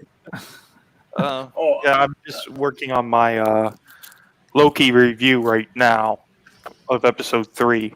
Mr. Lundell suggests Iron Eagle. Oh, Iron Eagle's another goodie. When does episode 3 come out? Yeah, Iron Eagle, is that movie? It's already out. That movie came out before Top Gun. Isn't that the movie where the kids break into like the top secret Air Force base and fly planes while playing rock and roll music over their headsets and stuff? Yeah. Okay. You're kind of missing the prefaces of that film. I know. I'm dwelling on minutia. That's okay though.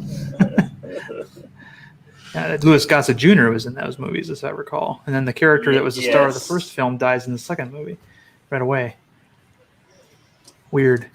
Allegedly, it dies. Allegedly dies. Okay, I can't remember. It might be thinking of a different movie. But yeah, we had a guy on board Trepang that looked just like the Rob Schneider character there. He didn't last 6 months because he picked a fight with another officer and got beat up. Onto a civilian fishing vessel. No, he didn't. He picked a fight with the supply officer. The supply officer cleaned his clock, and when the captain didn't do anything but slap everybody's wrist, he resigned from the Navy. So. Oh yeah, never get in a fight with a supply officer. Never. Yeah.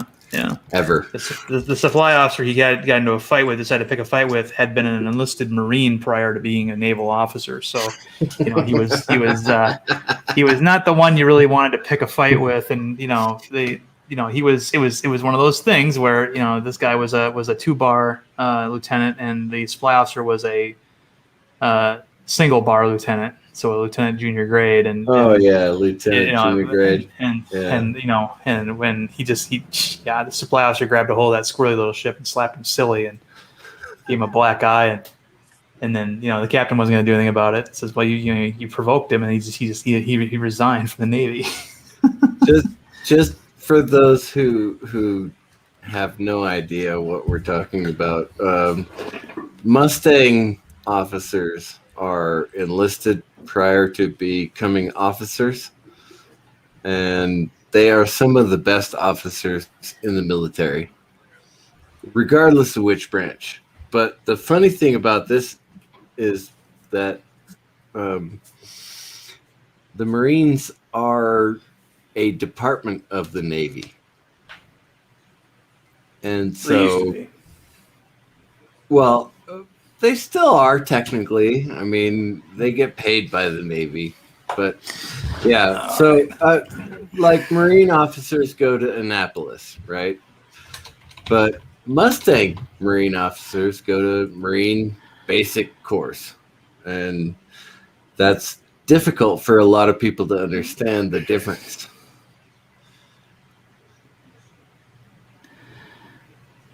Yeah, the Marines don't like being compared to the Navy, but they kind of have to accept their history. They still get paid by the Department of the Navy. But yeah. I agree. Yeah, they do. They do. I mean, a lot of the Marine officers do come from the Navy. Well, the Marine Corps officers and the naval officers both go to Annapolis Naval Academy. Right, exactly. So I mean, so they're unfortunately for them, they're tied to the Navy whether they like it or not. But they try to distinguish themselves from the Navy as much as they can. But I mean, their branch emblem has a freaking anchor on it. So I mean, you're not gonna hide that. So yeah. I was thinking of the Coast Guard for some reason when you said Marine Corps under the Navy. I'm like, wait a minute, I got my wires crossed. So I had to verify. Holy cow! Yeah, when I joined the Army back in '95, the Coast Guard was not part of the 5 branches. Now there are 5 branches, by the way. Yeah. The Coast Guard had been up until the Department of Homeland Security was created. They were under the Department of Transportation. They were basically a police force. They were a police force that had a Navy command structure. Is what they were. It's so hard for me to tell people that the Coast Guard was not a part of the military service. Yeah. For so many years. And they're like, no, they're part of the military service. They are now. Yeah. Not when I joined the Army, but okay. Right. Yeah, if I remember in Navy basic training when the company commanders would ask us, if anybody here has any prior military service in any other branches, and somebody would raise their hand and said, I was in the Coast Guard, and they got just savagely berated. That's not. No, there's nothing against the Coast Guard, of course. No, I mean, it's fine.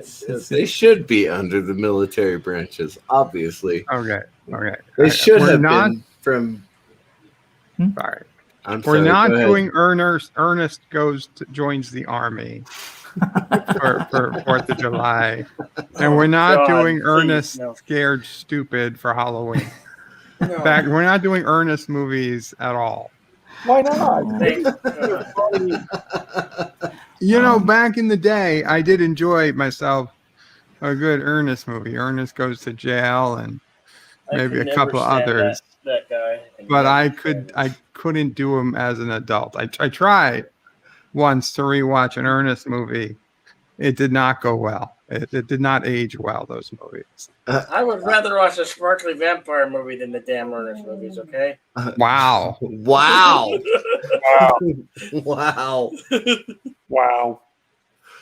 Yeah, Vern. What do you mean, Vern? Who was Vern? We never got to meet Vern. If we did, I don't remember. I would tell you, no. Pee Wee Herman movies are better than Ernest movies. Honestly, Bird of Prey, I know you grew up in New York. I grew up in Los Angeles, and that's where Ernest came from, is Los Angeles. And so he would pop up in the window, and he would say, hey, Vern, go to Cerritos Auto Mall and buy a car. That's where Ernest came from, is Los Angeles Cerritos Auto Mall. He was a commercial? He was a commercial that became a movie. Yeah. Wow. A lot of people do not know that. People do not know that. So the fact that you don't know who Vern is funny to me because I am Vern.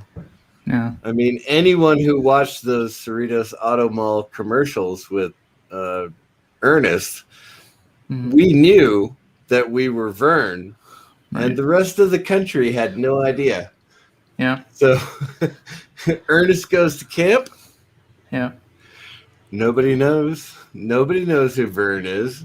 I'm Vern. Yeah, the viewer is Vern. Yeah, the camera is Vern. Yeah. That was the first time I ever saw Ernest was in the trailer for Ernest Goes to Camp. And, you know, I thought it was pretty funny. I liked it. Interesting that a guy who does local commercials could get a national gig like that. Oh, it's amazing, yeah. Yeah, it doesn't happen these days, I'm sure. Too much YouTube and all that. Well, yeah, these days you'd get a YouTuber that gets a gig like that, like a Lily Singh, or obviously Justin Bieber would be one of the the other big success story for like that. But back then we didn't have YouTube, and just the idea of a local ad man getting offered a deal like that, it's pretty amazing. Maybe I should do a video on that. Being a first-hand accountant of the guy who knew who Ernest was before he made movies. I think if you just did a YouTube thumbnail, like "Who is Vern?" Who is Vern? Ernest picture, I am you'd Vern. probably get 1 million clicks. In the trailer, I am Vern. I am Vern. That's a good question. Yeah, that's not a bad idea. Yeah, in the trailer for Ernest Goes to Camp, he's telling Vern how, before you go to camp, you got to put your name on every pair of your underwear. And he goes, "Go on, Vern, help me out here." And he goes, "Oh, go on, Vern, they're always that color." Oh. Wow. Turn to Stanley Brown. That was the trailer. He did Mr. Lundell. Yeah. Yeah. Mr. Lundell says Ernest did more commercials for more than cars in California, and everybody knew they were Vern. Now, not in New York.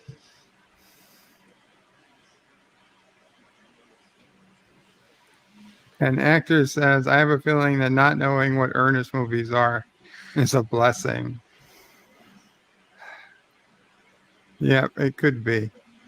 I say, as a kid, they were perfectly fun, but as an adult, I just can't stomach them, which is rare, because almost everything I liked as a kid, I still like as an adult. He got to beat up Lyle Alzado. Ernest movies were so bad, though.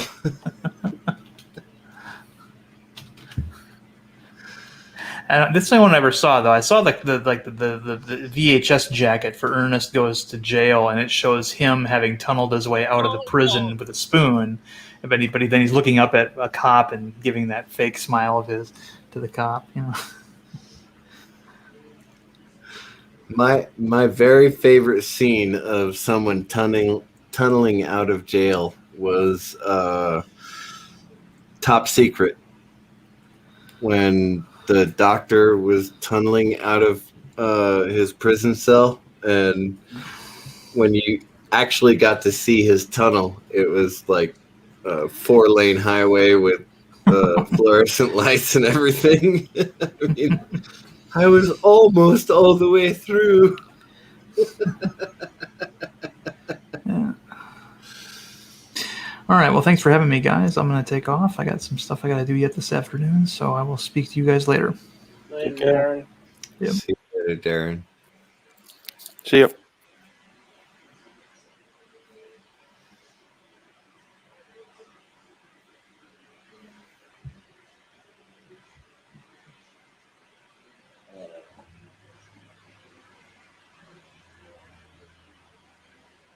So next weekend is what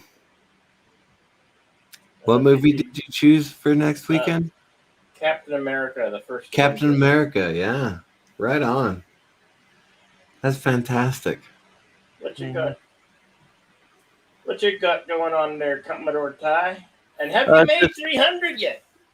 Nope, not even close. Oh, I'm sorry. Like every time I get a subscriber or two. I didn't lose a subscriber or two, so it's like no matter how many people subscribe, I lose that many dead accounts most likely. So it's like it stayed at like 263/264 for almost it's going on 3 weeks. Mm-hmm. Yeah, YouTube's a tricky pickle. Yeah, it seems like it doesn't want me to get above this number. Yeah. Know the feeling. Yeah, it's like every time I've gotten above the 264 number, oh, look, now you've lost that same number of subscribers. Yeah. So people, if you have subscribed to me, double check to make sure you're still subscribed because YouTube's being a dick right now. Absolutely. But I am working on Loki review number 3, which I didn't care. Like, I didn't hate the episode, but I didn't care for the episode. Did it come out at midnight or something? Every Wednesday. Every Wednesday. Every Wednesday. Yeah. Yeah. For me, being on the Eastern Standard Time, it comes out at 3 a.m. Yeah. I'm pretty sure I only 3 have a.m. Wednesday. Loki episode number 2. Well, No, then you're behind. Lamentus. Today is Sunday, right? Yeah, it came out it's like Sunday. 4 days ago. Oh, I haven't seen episode number 3 yet. Crap. Could be a blessing, depending on your opinion. It might be, actually. I mean, I'm just not. Listen, I can understand why some people hate it. I'm not a big fan of it, but Like there's I worse say, I things didn't out there. read it. Discovery. Oh, wait. Is episode number 3 the car. one where they had to try and get off that planet that was exploding? Yes. Yes. The one, Okay. So I've seen episode 3 then. Okay. Yeah, like I'm saying, I didn't. You know, I don't hate Loki. I don't. I think it's pretty entertaining. Oh, for sure. It's an entertaining series so far. But the last episode was your definition of a filler episode. Yeah. Oh, it's definitely a filler episode. Yeah. I wanted the story to continue. I was really kind of bored with it. Yeah. Very cool, Captain. I think they could have at least spiced it up a little by having the TVA find them halfway through. But Oh, I agree. Yeah. They should have definitely gotten off that planet halfway through the episode. yeah. But And I say this in my review.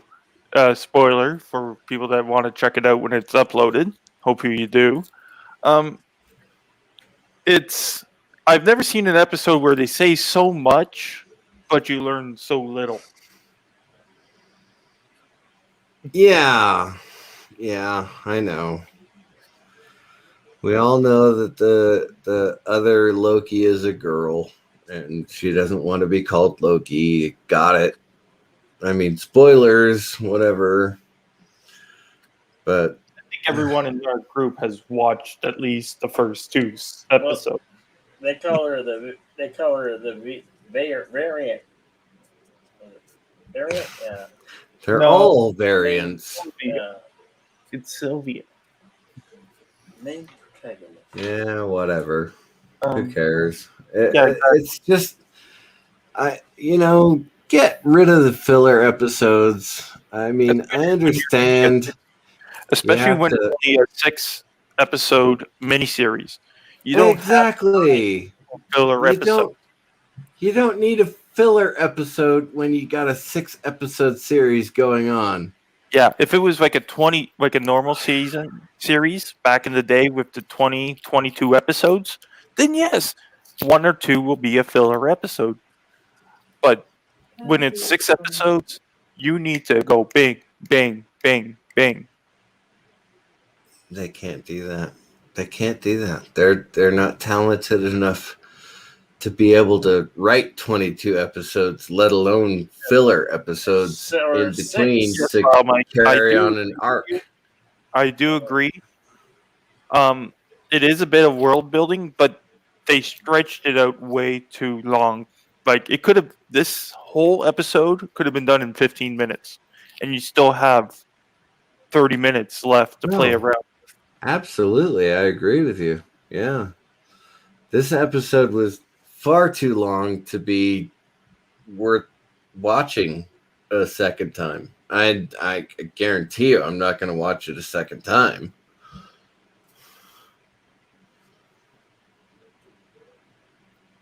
I really should start reviewing stuff that's more recent than, 30 years ago.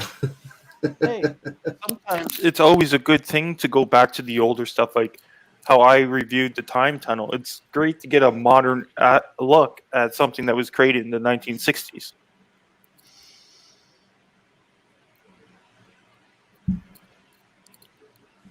Yep, for sure.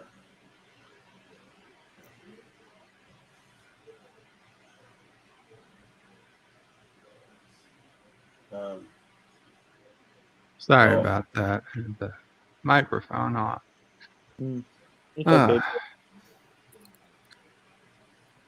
Well, guys, thank you all so much for coming up to the panel, hanging out. Thank you, everybody who said hello in the chat and watched the movie. So next Sunday, 4th of July, will be Captain America, the First Avenger. And we'll have a big old panel for that movie. Right on. That'll be fun. Like the one with Wrath of Khan. So, thank you for having me, Bird of Prey 5. You I are appreciate welcome, it. Mr. CCDV. I will see y'all later. Take care, all. Everyone else, do you anything you want to say, Mr. CCDV, before you go? Oh, no. Script reading with the script doctor on Sunday morning. And then I'll probably do some patriotic thing Sunday because it's 4th of July. Gotcha. Oh, no. Okay. I do actually want to put this out there. I do intend to restart my pain streams on Thursday. So Thursday, 10 p.m. or 10 a.m. Pacific time. That would be 1 a.m. or 1 p.m. Eastern. Yeah. So Thursday I will go live, and if people need to talk about, their situations, right? Yeah. So because we need to talk about pain. So the pain stream Thursday, and then something patriotic on Sunday. I don't know. Whatever. We'll figure it out. Sounds good. All right. See you later. There you go. Carol. Jedi Bill, anything you'd like to say before you go? Yeah. Just join me for the Insomniac Soup on Monday/Tuesday morning. So it's a 10 p.m. Pacific Monday or 1 a.m. Central or Eastern. That's all. I see you have some type of horror movie watch party set up. Oh yeah, it's my own little theater that I got going on at the wee hours of the morning. So yeah. Okay. Cool. Commodore Ty. You're welcome. Well, I just hope you can all be here next week for Captain America, and keep an eye out on my channel. Hopefully, I can get some of these videos out, because now that I'm back to work, it's I'm quite busy with. I don't have much free time left, so be patient. Videos will be coming out. Discovery Season 3 reviews will be done shortly, and all the reviews I'm going to try to get done before the end of the summer, so that come when Lower Decks and all those new Star Trek series come out, I'll have a fresh board so I can get those done quick. Sweet. And don't forget to hit that subscribe button when you're on my channel, because I would like to hit that 300 subscriber goals soon. Okay, cool. Thank you, everybody, for coming. Qapla all. See you later. Bird and panel out. But wait, there's more. The video might be over, but there's more fun to be had. First, please make sure you're subscribed to the channel and have clicked that bell icon to get notifications of new videos in your YouTube feed. Share this video on social media to help this channel fight the algorithm that favors big media. Also check out www.birdoprey5.com for links to my other channels, various social media accounts, merch store, Dear Bop, affiliate links, and all your Bird O' Prey 5 needs. At the main Bird O' Prey 5 YouTube channel, you can find all sorts of live streams and unlisted videos, YouTube membership options, and a community section with polls and updates on the channel. On the secondary channel, Bird O' Prey 5X, you can find overflow content that doesn't always make the main channel. Subscribe to both channels, please. Thanks for watching. Remember, I stream almost every day. This is Bird O' Prey 5 saying goodbye, world. Until next time.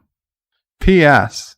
Hail Sassy, hail Charlie, and of course, hail Caroga.